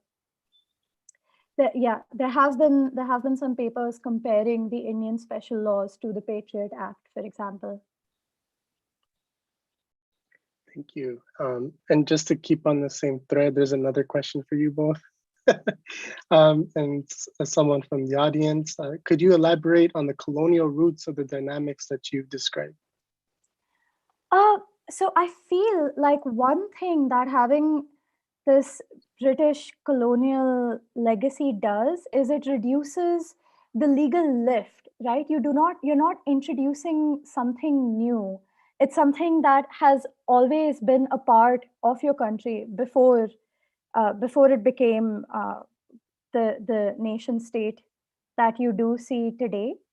And I feel like it's very different from introducing these into a system which has not seen them before. You just to use like a metaphor, they're in your cupboard and you can pull them out whenever without as much resistance, because it's such an intrinsic part of your history. I would say that is what shapes the similarities in colonial experiences. Do you have a question, Dr. Stanley? I just wanted to come in on that. In a recent discussion here in London about Britain and international law, it was pointed out that exactly like Shalaka just suggested, Britain used international law, promoted it at a particular time for sovereignty purposes and for colonial purposes, but then keeps it in a cupboard. And then, of course, when it gets in trouble, like in the Chagos Islands with the ICJ in the last couple months, it doesn't respond, and it goes about its business with the Mauritius and does what it wants to do. So many of these countries are playing with the legal structures. And I think one of the things I liked about the presentation that Shalaka and Maitri presented was that, you know, they were looking carefully at this process of movement and the edge and where the edge keeps being pushed. And we know that the Israelis and the Gulfies have done that very well in the same way. Thank you. And I would also invite the panelists if you have questions for each other or comments. But I did have a question for the panelists, all of you. If you could speak on it or if it was relevant,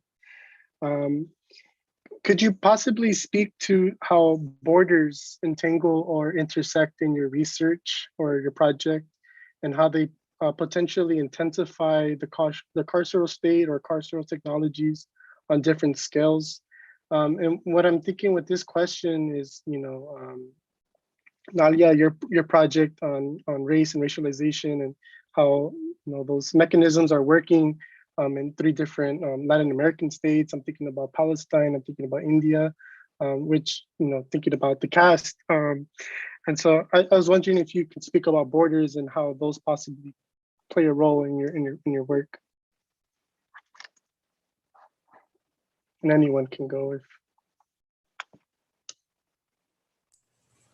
Well, why don't I say something about, by taking an assemblage approach, I'm trying to say that borders take a lot of effort to establish, and borders are mental borders, they're imaginaries, they're racial, you know, subjectivities, they're cultural kinds of frameworks, and they're physical as well.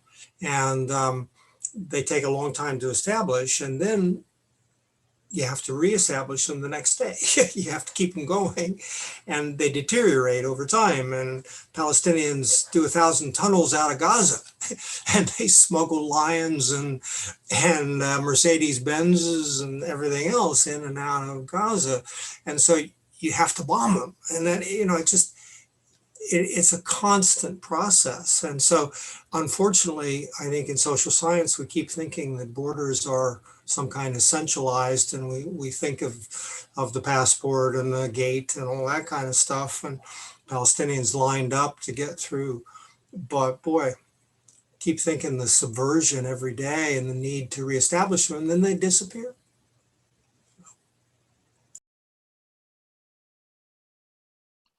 Yeah, go for it. Want to take it, Shalak? Yes, so as we very briefly discussed in our conclusions, we also, in the peripheries, the rules appear to be different of at what level you find something exceptional or extraordinary or unacceptable. And that is because of the border.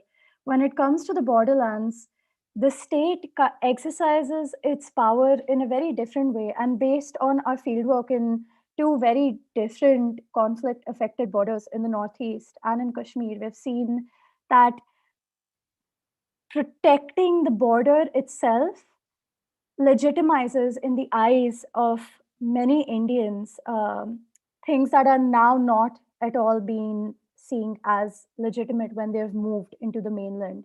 So there is this double standard which we have observed when it comes to these special laws in the borders.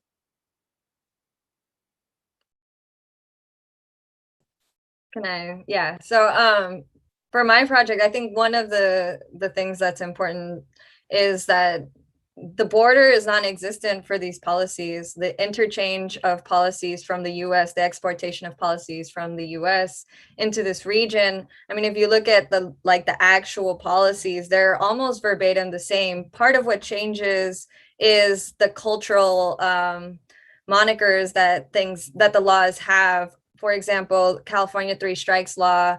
In El Salvador, for example, the mano dura policies, instead of 3 strikes as a baseball reference, it's a red card reference for soccer, right? And so the cultural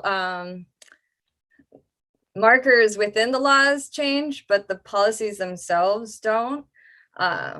So the border is non-existent for policies, especially policies that make money. Thank you. I don't know if Maya, you wanted to speak on it or anyone else. We are nearing the end. If we want last comments.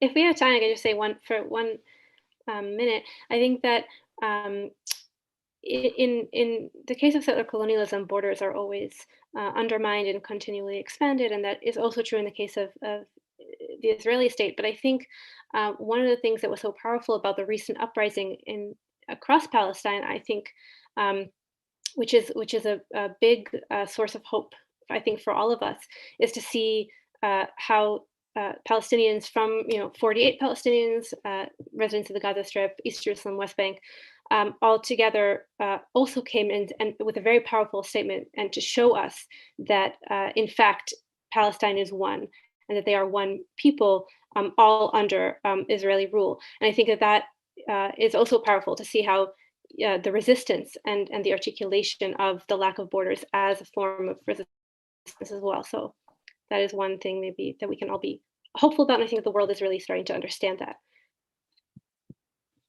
Thank you. Thank you. Thank you. And I just want to thank the panelists and your great work. And just reminding the audience that we are meeting again tomorrow, and that we'll have keynote speakers and other panels, that the program is available online, and we look forward to seeing you all again. Thank you, everyone.